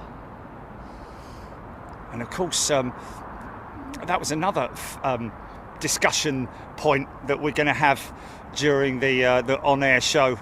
Was due for last Friday, but just because of meetings and things, it got postponed. It's going to happen. Not all the time, folks, but from time to time, we're either going to be away or I'm going to be in meetings, which is going to sort of like take up most of my afternoon, and then I'm sort of like done, really. I like to keep the whole of Friday clear for you lot. But yeah, one of the other feature discussion points.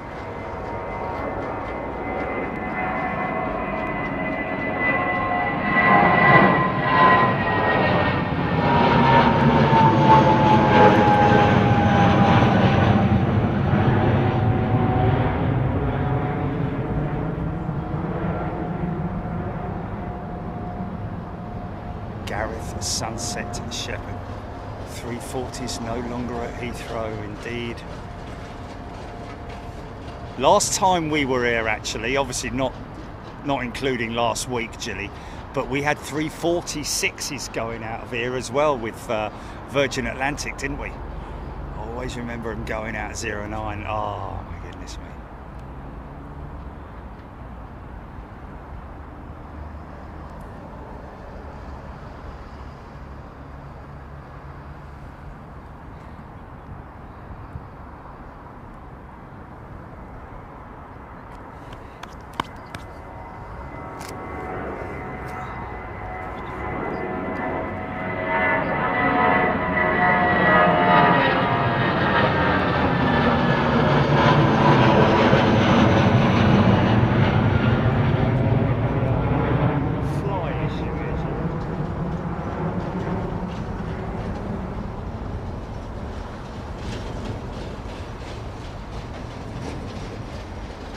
Warren, great that keep trying new areas around here. Yeah, well, yeah, we're always gonna continually strive to improve the channel, not just in terms of locations, but in terms of our equipment, our software, our hardware. Although, to be honest with you, we'll probably never. Oh, hello, gear down, gear down. Hot brake, not hot brake, but. Well, possibly a hot brake. Has taxied a long way.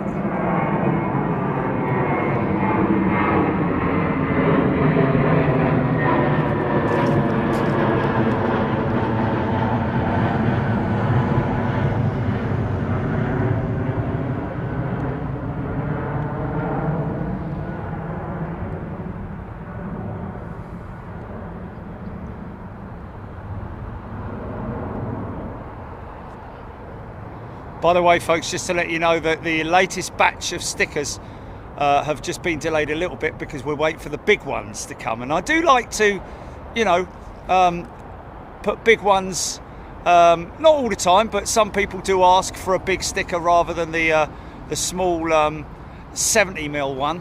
They ask for the 100mm one. So we're waiting for them to arrive, and then we will be sending out the latest batch of stickers to everybody. Got a big pile of them, a big pile, almost the can you not? It's funny, it's almost the PO box is almost rammed full. Oh my god, really? Oh, okay, 4 days away, right? Okay, yeah, 'cause some people wanted them for their suitcases when they travel, and for their iPhones, and therefore for their phones and stuff like that. No, the small ones, the 70mm, yeah. Oh, you can only get 250? Hey? Who's got? Oh yeah, but how many did you order? No.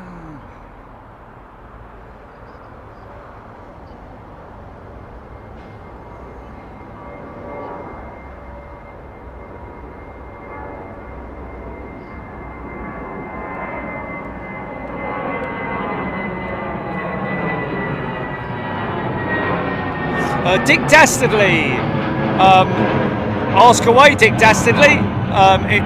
It is just a case of when I see your comment. Ask away, sir. Yorkshire lass. Yorkshire, a French government jet A330 near Woking heading west. Interesting. Yeah. Yeah, and it's too hazy above. So ask away, Dick Dastardly. Quiz question: what was the original nickname of the 787? Dennis Forsake. Well, the E-liner was one of the names that was put into the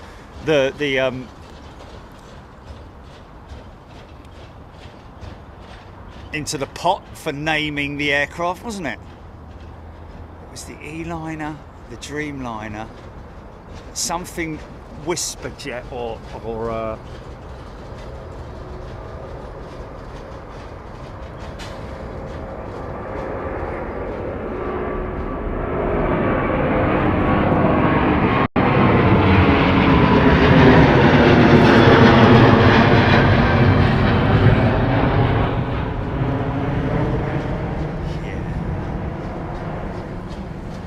look here. What's all this? Robert Hilton going to Myrtle Avenue in May. But do I book for Renaissance, Hilton, Garden Inn or Courtyard? I have stayed in them all before. I have stayed in them all before. Well, Robert, that's your choice, isn't it? It's a tough one, isn't it? Because, you know, the good thing about Hilton Garden Inn, obviously, is that whether they're on 09s or 27s, it doesn't matter because you're able to see both operations. If they're on 09s, you'll see them coming in at hello, what's that all about then? You'll see them coming in at on 09s. Is that an Air Canada jet? Jelly, that's in north of the airfield. It maybe is Delta, yeah, but is that just coming in the northern pattern? It's a 330 Neo, there we go, yeah. So it's interesting that he's positioning from the north.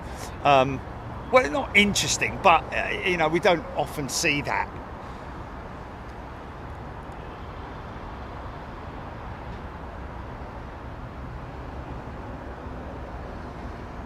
Dick Dastardly, haven't I just answered that? Sorry, did he answer? Did he ask a question? Did Dick Dastardly? I'll get you, Penelope Pitstop, if it's the last thing I do. Hail! Hail!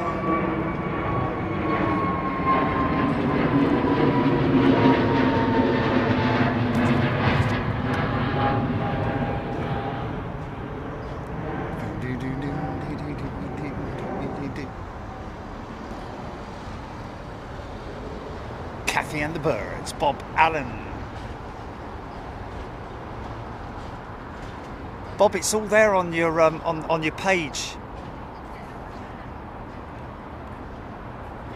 Mustang, one hung low from China, can do 1,000 stickers any size nudge. Okay. Okay.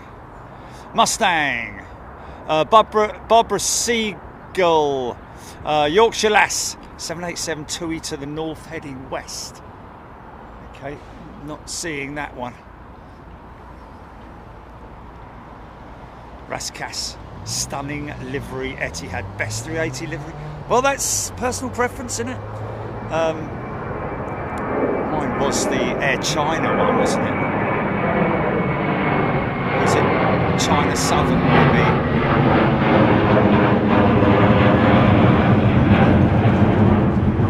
ES. While at the Hilton Garden Inn, going to walk to the paddock. There we go. Catch the Piccadilly line to East Hounslow for lunch at Nando's. Okay. You go to Staines and get lunch at Nando's. Nando's at Staines, isn't it? To Todd Roy. Craig Russell, Steve Billings, Paul Skilling, Aidan Campbell, room 747 at Garden is one of the best hotel rooms I've ever stayed in. There we go. There's a good reference for you there from Aidan Campbell about room 747. It's true. When I walked in there, I was amazed at what I saw in front of me, although back in those days there were jumbo jets lining up and all that. Daniel Griffiths, personally I'd go to Hilton Garden Inn Hotel because I've stayed there myself and it's a really nice hotel. Yeah, you're you know, the thing is, if you're pre-booking, if they're on 09s and you're at the Courtyard,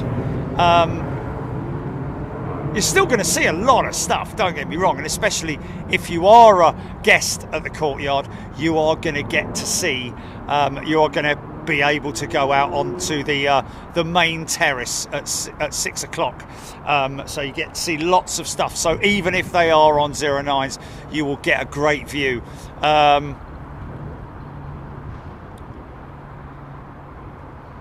But yeah, it is all down to planning, isn't it? You know, because you can never, I mean, only a week ahead, no more than a week ahead, you can get some kind of an idea of what the operations are going to be, because that's what's critical when you're staying in one of these hotels. Not critical, but it just, you know, makes it more enjoyable. You know, if they are on 27s at Heathrow, at the Hilton Garden Inn, then you get to see the arrivals and the departures. So yeah.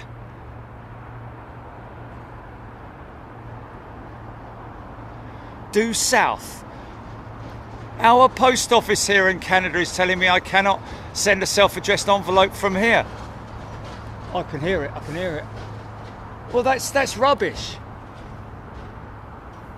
That's rubbish. Of course you can send a self-addressed stamped envelope from Canada. I get loads of them from America and Canada. You just put the self-addressed envelope in the envelope, innit, and send it to me. If they ask you what's in it, just say mind your own business. I mean, obviously, you know, sometimes you got to tell them, but if it's obviously, you know, just tell them it's a letter. Just tell them it's a letter. I can't imagine. It's only when you're sending a parcel or a small parcel that the post office might ask. They're very nosy at Staines post office. They don't ask at the other one what's in it. You know, they always ask what's in it at the Staines one, don't they? Like, what's in it? It's like, well, because they want to charge you more, don't they? They want to charge you more for whatever, blah blah, whatever.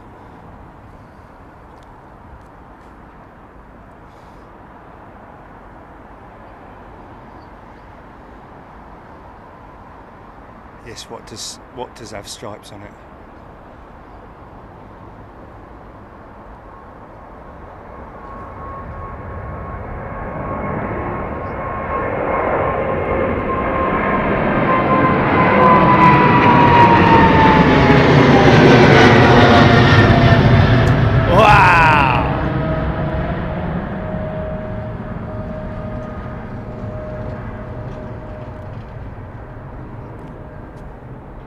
Yeah, I get loads of people sending me self-addressed stamped envelopes with American and Canadian stamps on them. It's very simple. And if you're wondering how many stamps to apply, Google it.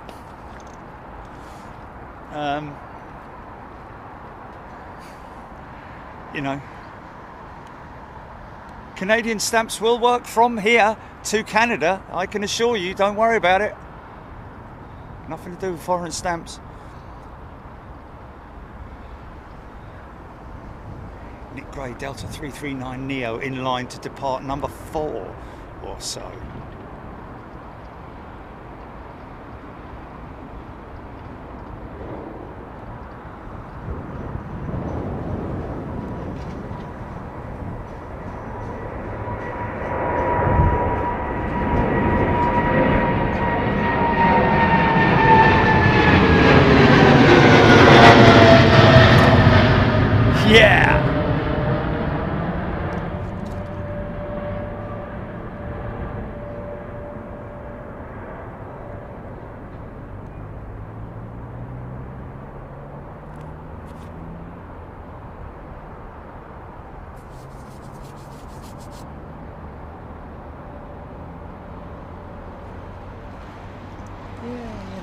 They're not going to X-ray your envelope at the post office, are they?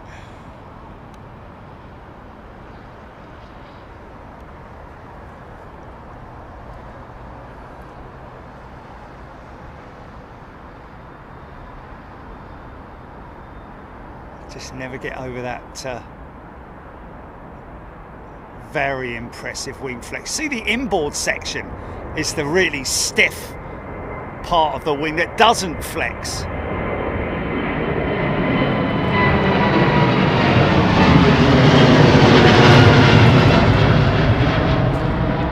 It just lines up with the outboard sections, and you get that beautiful curve. Look at that, man. Isn't that just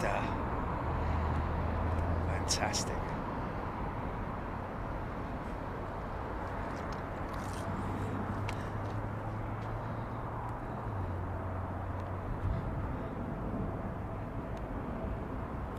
.350. Craig Russell 787-10 off to YYZ.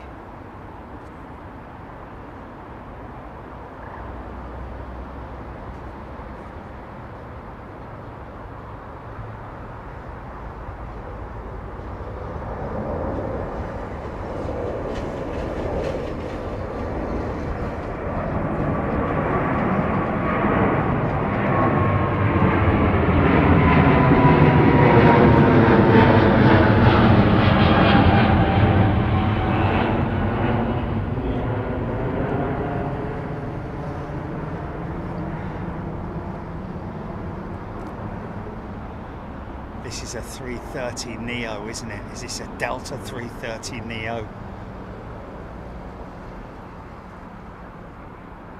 Craig Russell correcting me on that 350. Thank you. Morning. Denver, I'm guessing, is it? D-E-N.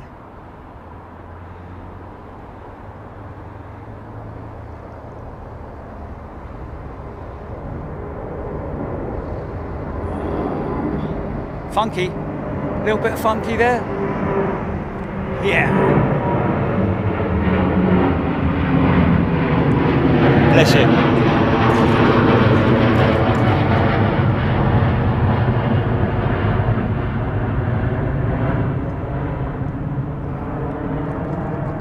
It's a beefy old number, isn't it? The Neo.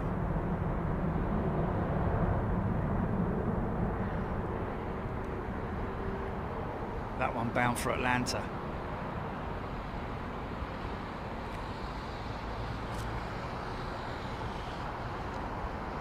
Yorkshire Lass 330 air tanker from Bryce just passed over Reading, tracking north-east.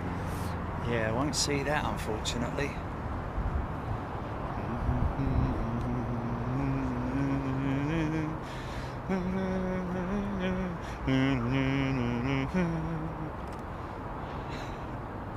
Oh, hello. Beautiful.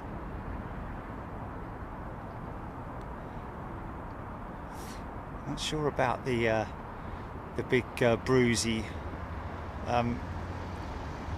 decal on the side. Not a big fan of that.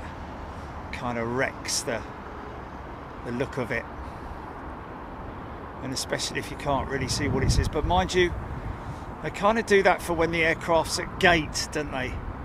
So people can see it and go, oh, it's interesting. And then they Google it, and then the next thing you know is you might get a few people. Craig Russell of Algier 330-200 from Algeria arriving. Barbara Siegel, Google says $1.50 worth of stamps from the US to the UK. There we go. Avro Arrow. Steph, can we get some retro stickers? Just means we have to order, we have to like double our quantity. Don't forget, folks, these stickers are high quality. Yeah, okay. Yeah. There's a possibility, yeah. But they do cost us, folks. They're not cheap. The stickers. They're good quality vinyl. You know, they stick on most things.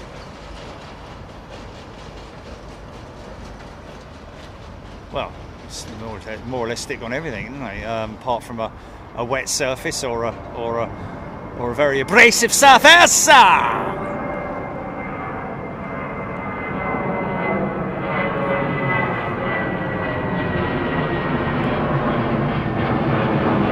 Penelope loving the retro. Yeah, it's a great thing what the folks at Saudi Arabian Airlines have done with their new livery, new old livery, of course.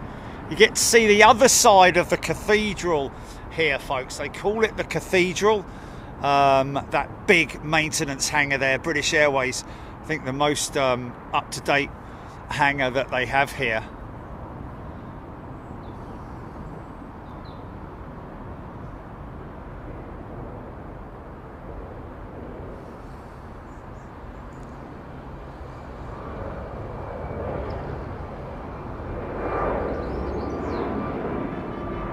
Oh, Bruce. I'll just call him Bruce then. Right.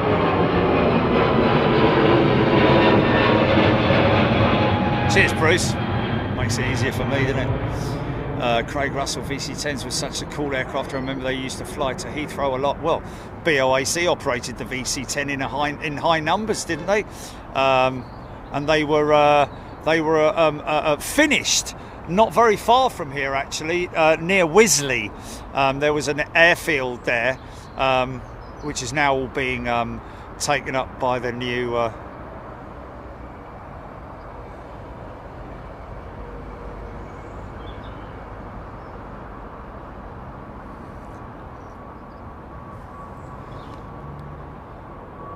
ex-aviator Omni Air, flying east to west. Cruiser. That'll be a 777, won't it? Nick Gray putting A220. Is it 320 now or 220 300 lining up? And there it is, right next to Concorde, of course. Rachel Lofthouse. My sticker is on the inside of my camera bag. Was that because you're worried about it getting nicked?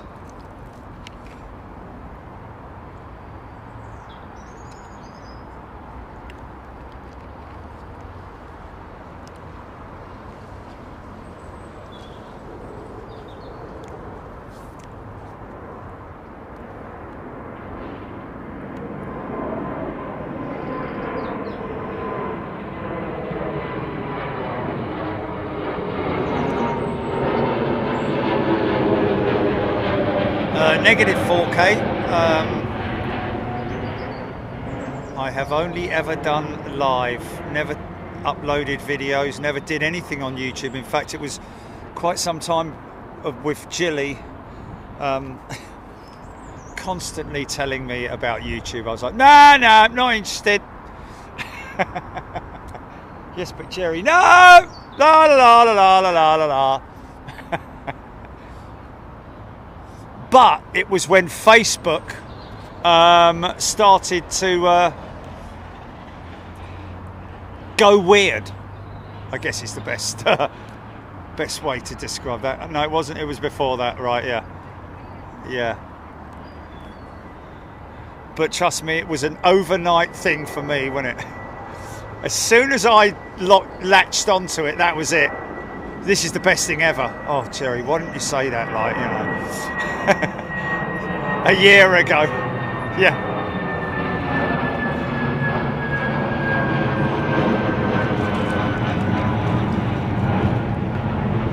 Crazy. You crazy, man. You crazy.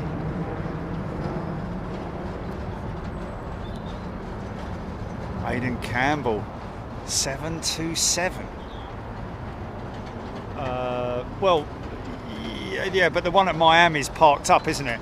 Last time we saw one operational was at Farnborough Air Show during the demonstration, wasn't it? The with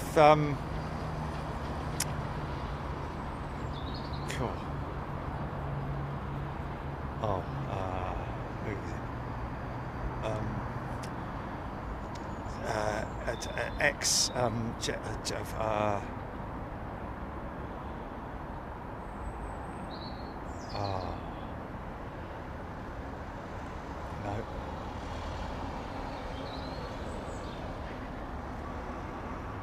2XL, there we go.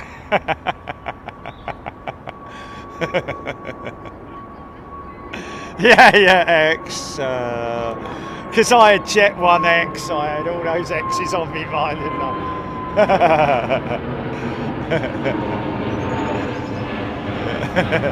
Let him sweat it out.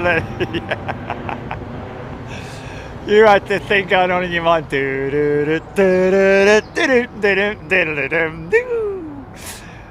No, you're wrong.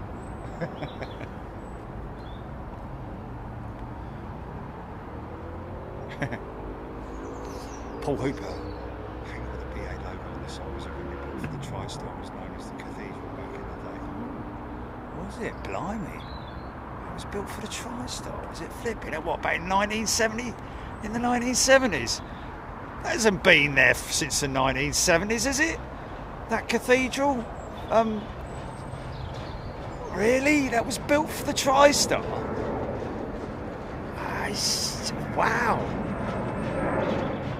So he's not talking about the other one. I don't know, but I know it is.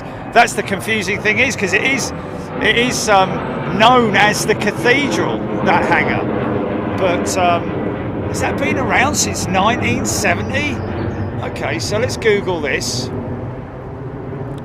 When did BA get TriStars? No, not Tristas.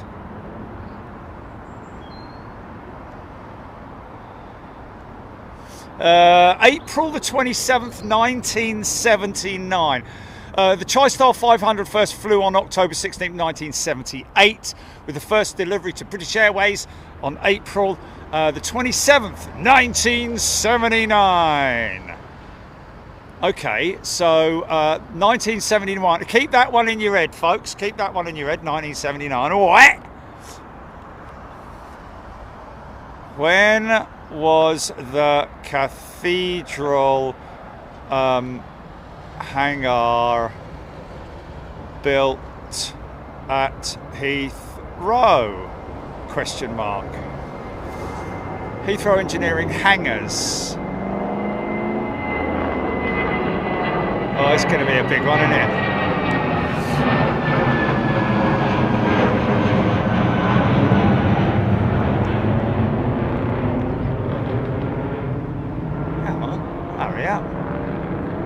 I just find it amazing. 1979. Was that hangar? Was that route even open back in those days? Because that wasn't that like a direct through route from?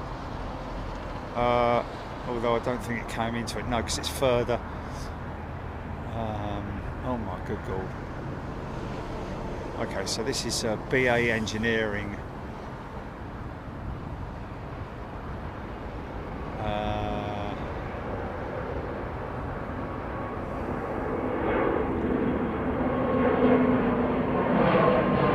Oh, that's crazy.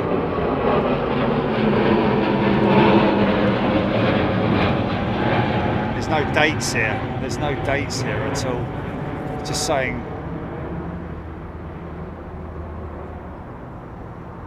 Okay. See, that was the drive-through road, wasn't it? Oh no, that's the other side. I think I'm looking on the wrong page there.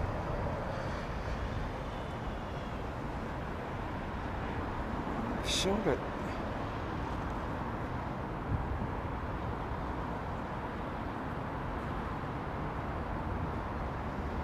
four stages of expansion.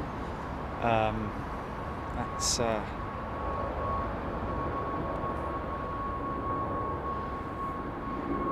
okay. When was the cathedral? Hang on.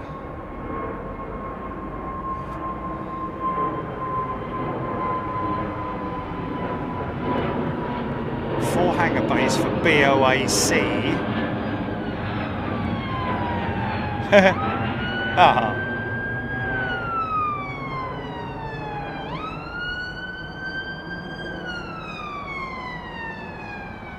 TBB BOAC Britannia VC-10 wing hangar demolished, question mark. That was the story it refers to. Interesting. VC-10 wing hangar. Wow, so much history down that far end of the airfield. BOAC offices still in use. BEA hangars by the cathedral, one bay demolished early 2000s. Okay, so they're the ones that we looked at earlier on, the very low ones. TBE BEA cathedral hangar still in use. He's right, you know. It looks a lot more modern than, isn't it? I think he's right, you know. That was built for the TriStars. Wow. As far back as 1979.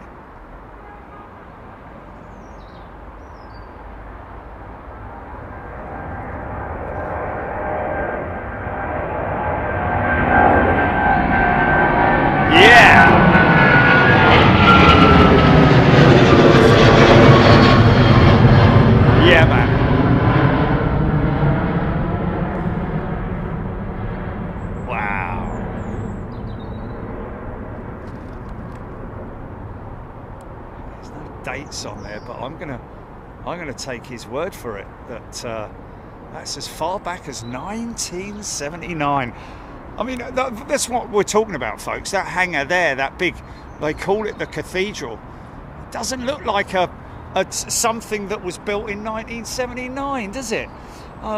You know, I'm wow, that's amazing. Yeah, there's no dates in here.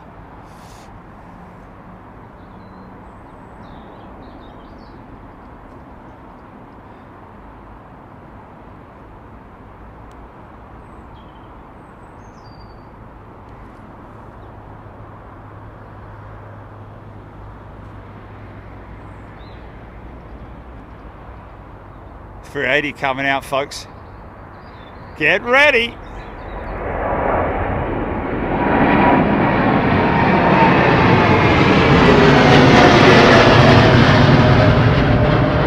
Yeah.